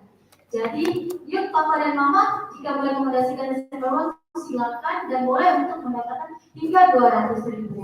Promo ini bisa dipotong secara langsung saat pendaftaran atau transaksi berikutnya. Untuk informasi lainnya adalah sibling discount. Jadi jika Papa dan Mama memiliki beberapa anak, boleh direkomendasikan untuk semua anaknya. Untuk anak kedua dan ketiga dan seterusnya akan mendapat potongan langsung hingga 200.000. Jadi untuk adiknya akan mendapat juga 200.000. Untuk program ini berlaku untuk semuanya. Jadi silakan dimanfaatkan program ini Papa dan Mama. Mungkin itu saja untuk informasi terhadap kami. Jika Papa dan Mama ada pertanyaan lebih lanjut, silakan hubungi channel masing-masing. Yaitu seperti diketahui kita ada 3 cabang. Ada Sophia di cabang Cemara Asri, ada Jovita di cabang Senterpoint, dan ada saya Aurel di cabang Tritura. Untuk informasi selanjutnya saya ucapkan terima kasih.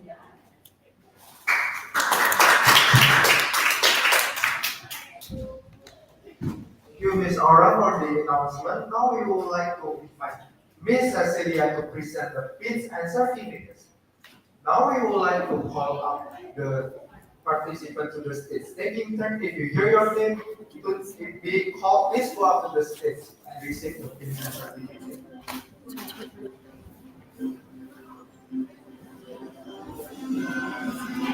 Surgeon Malcolm Arthur Finn.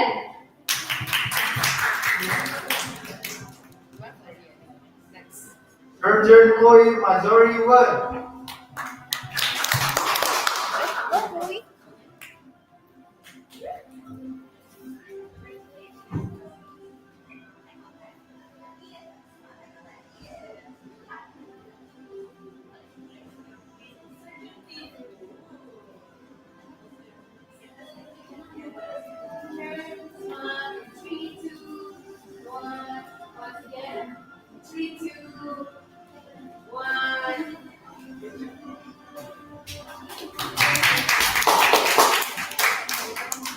Surgeon Carlos Ferdinand Putra.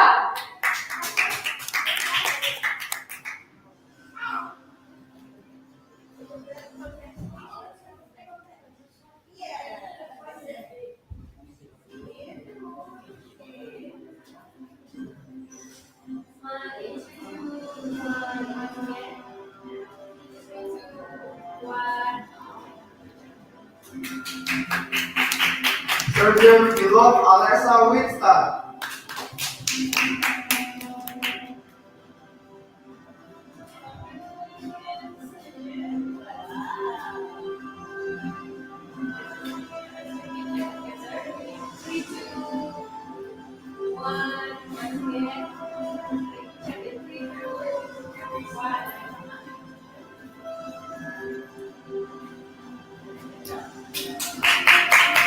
Surgeon Dennis Wu.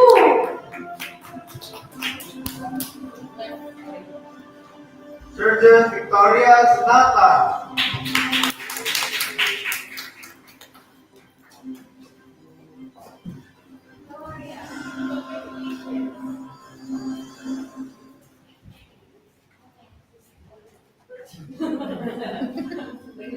Three, two, one. Once again. Smile. 3, 2, 1.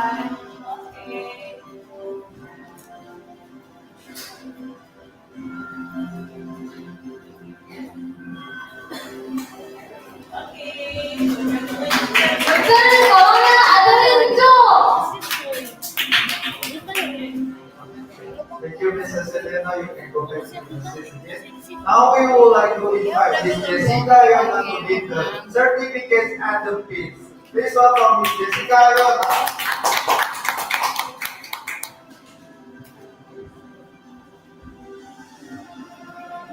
Lieutenant Colonel Stanley S. Lawrence.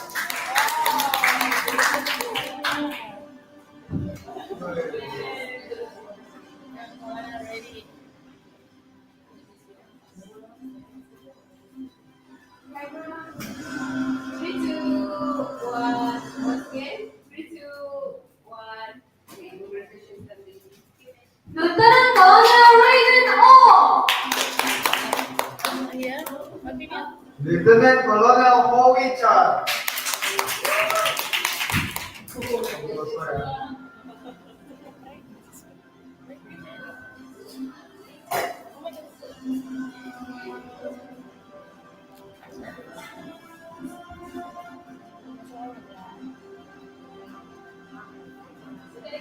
3, 2, 1. Once again. 3, 2, 1. Lieutenant Colonel Sakina Alima Igun Parahat.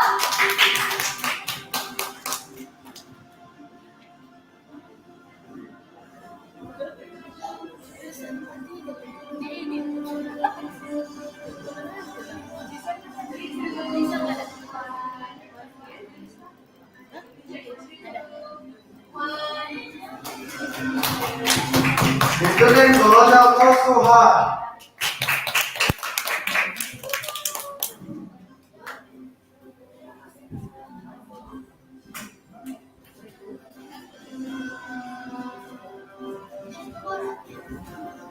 After this, can we like go home now? Wait, we take a picture together.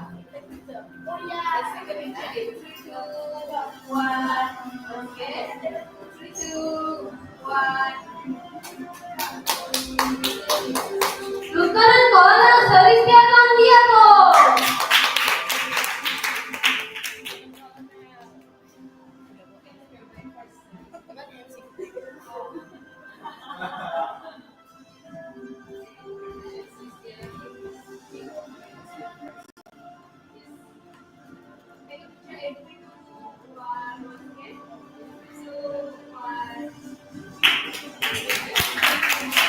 And the last one, Colonel Ashton Howie.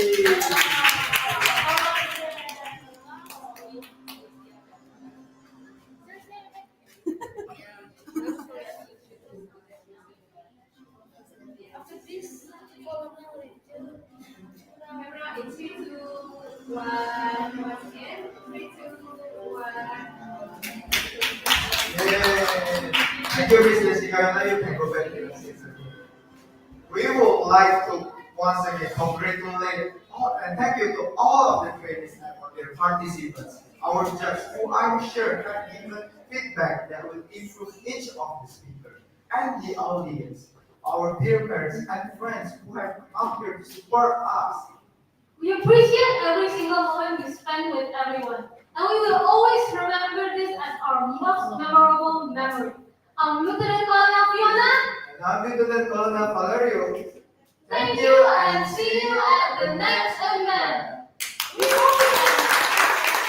we end this session, we would like to invite all participants and judges to come to the stage so we can all take photos together. Let's go, let's go. And don't forget to bring your certificate as well. Bring your certificate. Certificate. In. The Philippine, you can go in front. Philippine, go in front. The tall is in front and taller.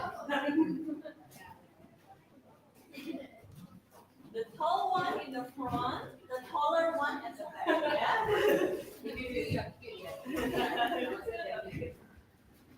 Get closer. Anyone else? Get closer. Get closer. Yes. Camera in 3, 2, Cheers. 1. Once again, camera in 3, 2, 1. And the last is we're gonna do SML1 making you better you. Who's gonna be okay? So Valerio gonna say SML1 and everyone gonna say making you better you and clap after, okay? Okay, ready? We take in 3, 2, 1. SML1. Making you a better you. Congratulations, guys. Congratulations, everyone. Good job. Oh yeah. Congratulations.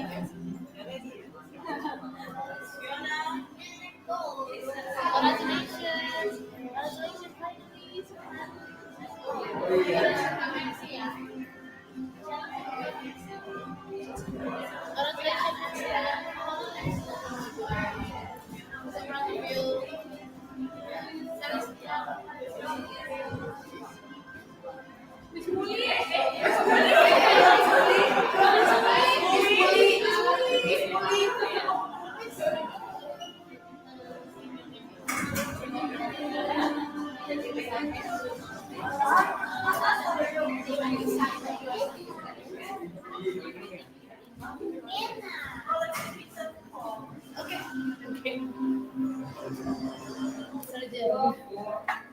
Three, two, one. Once again.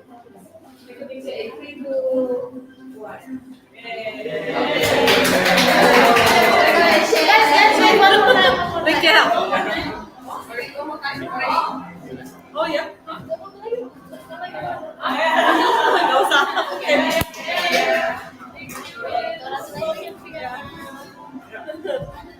Congratulations,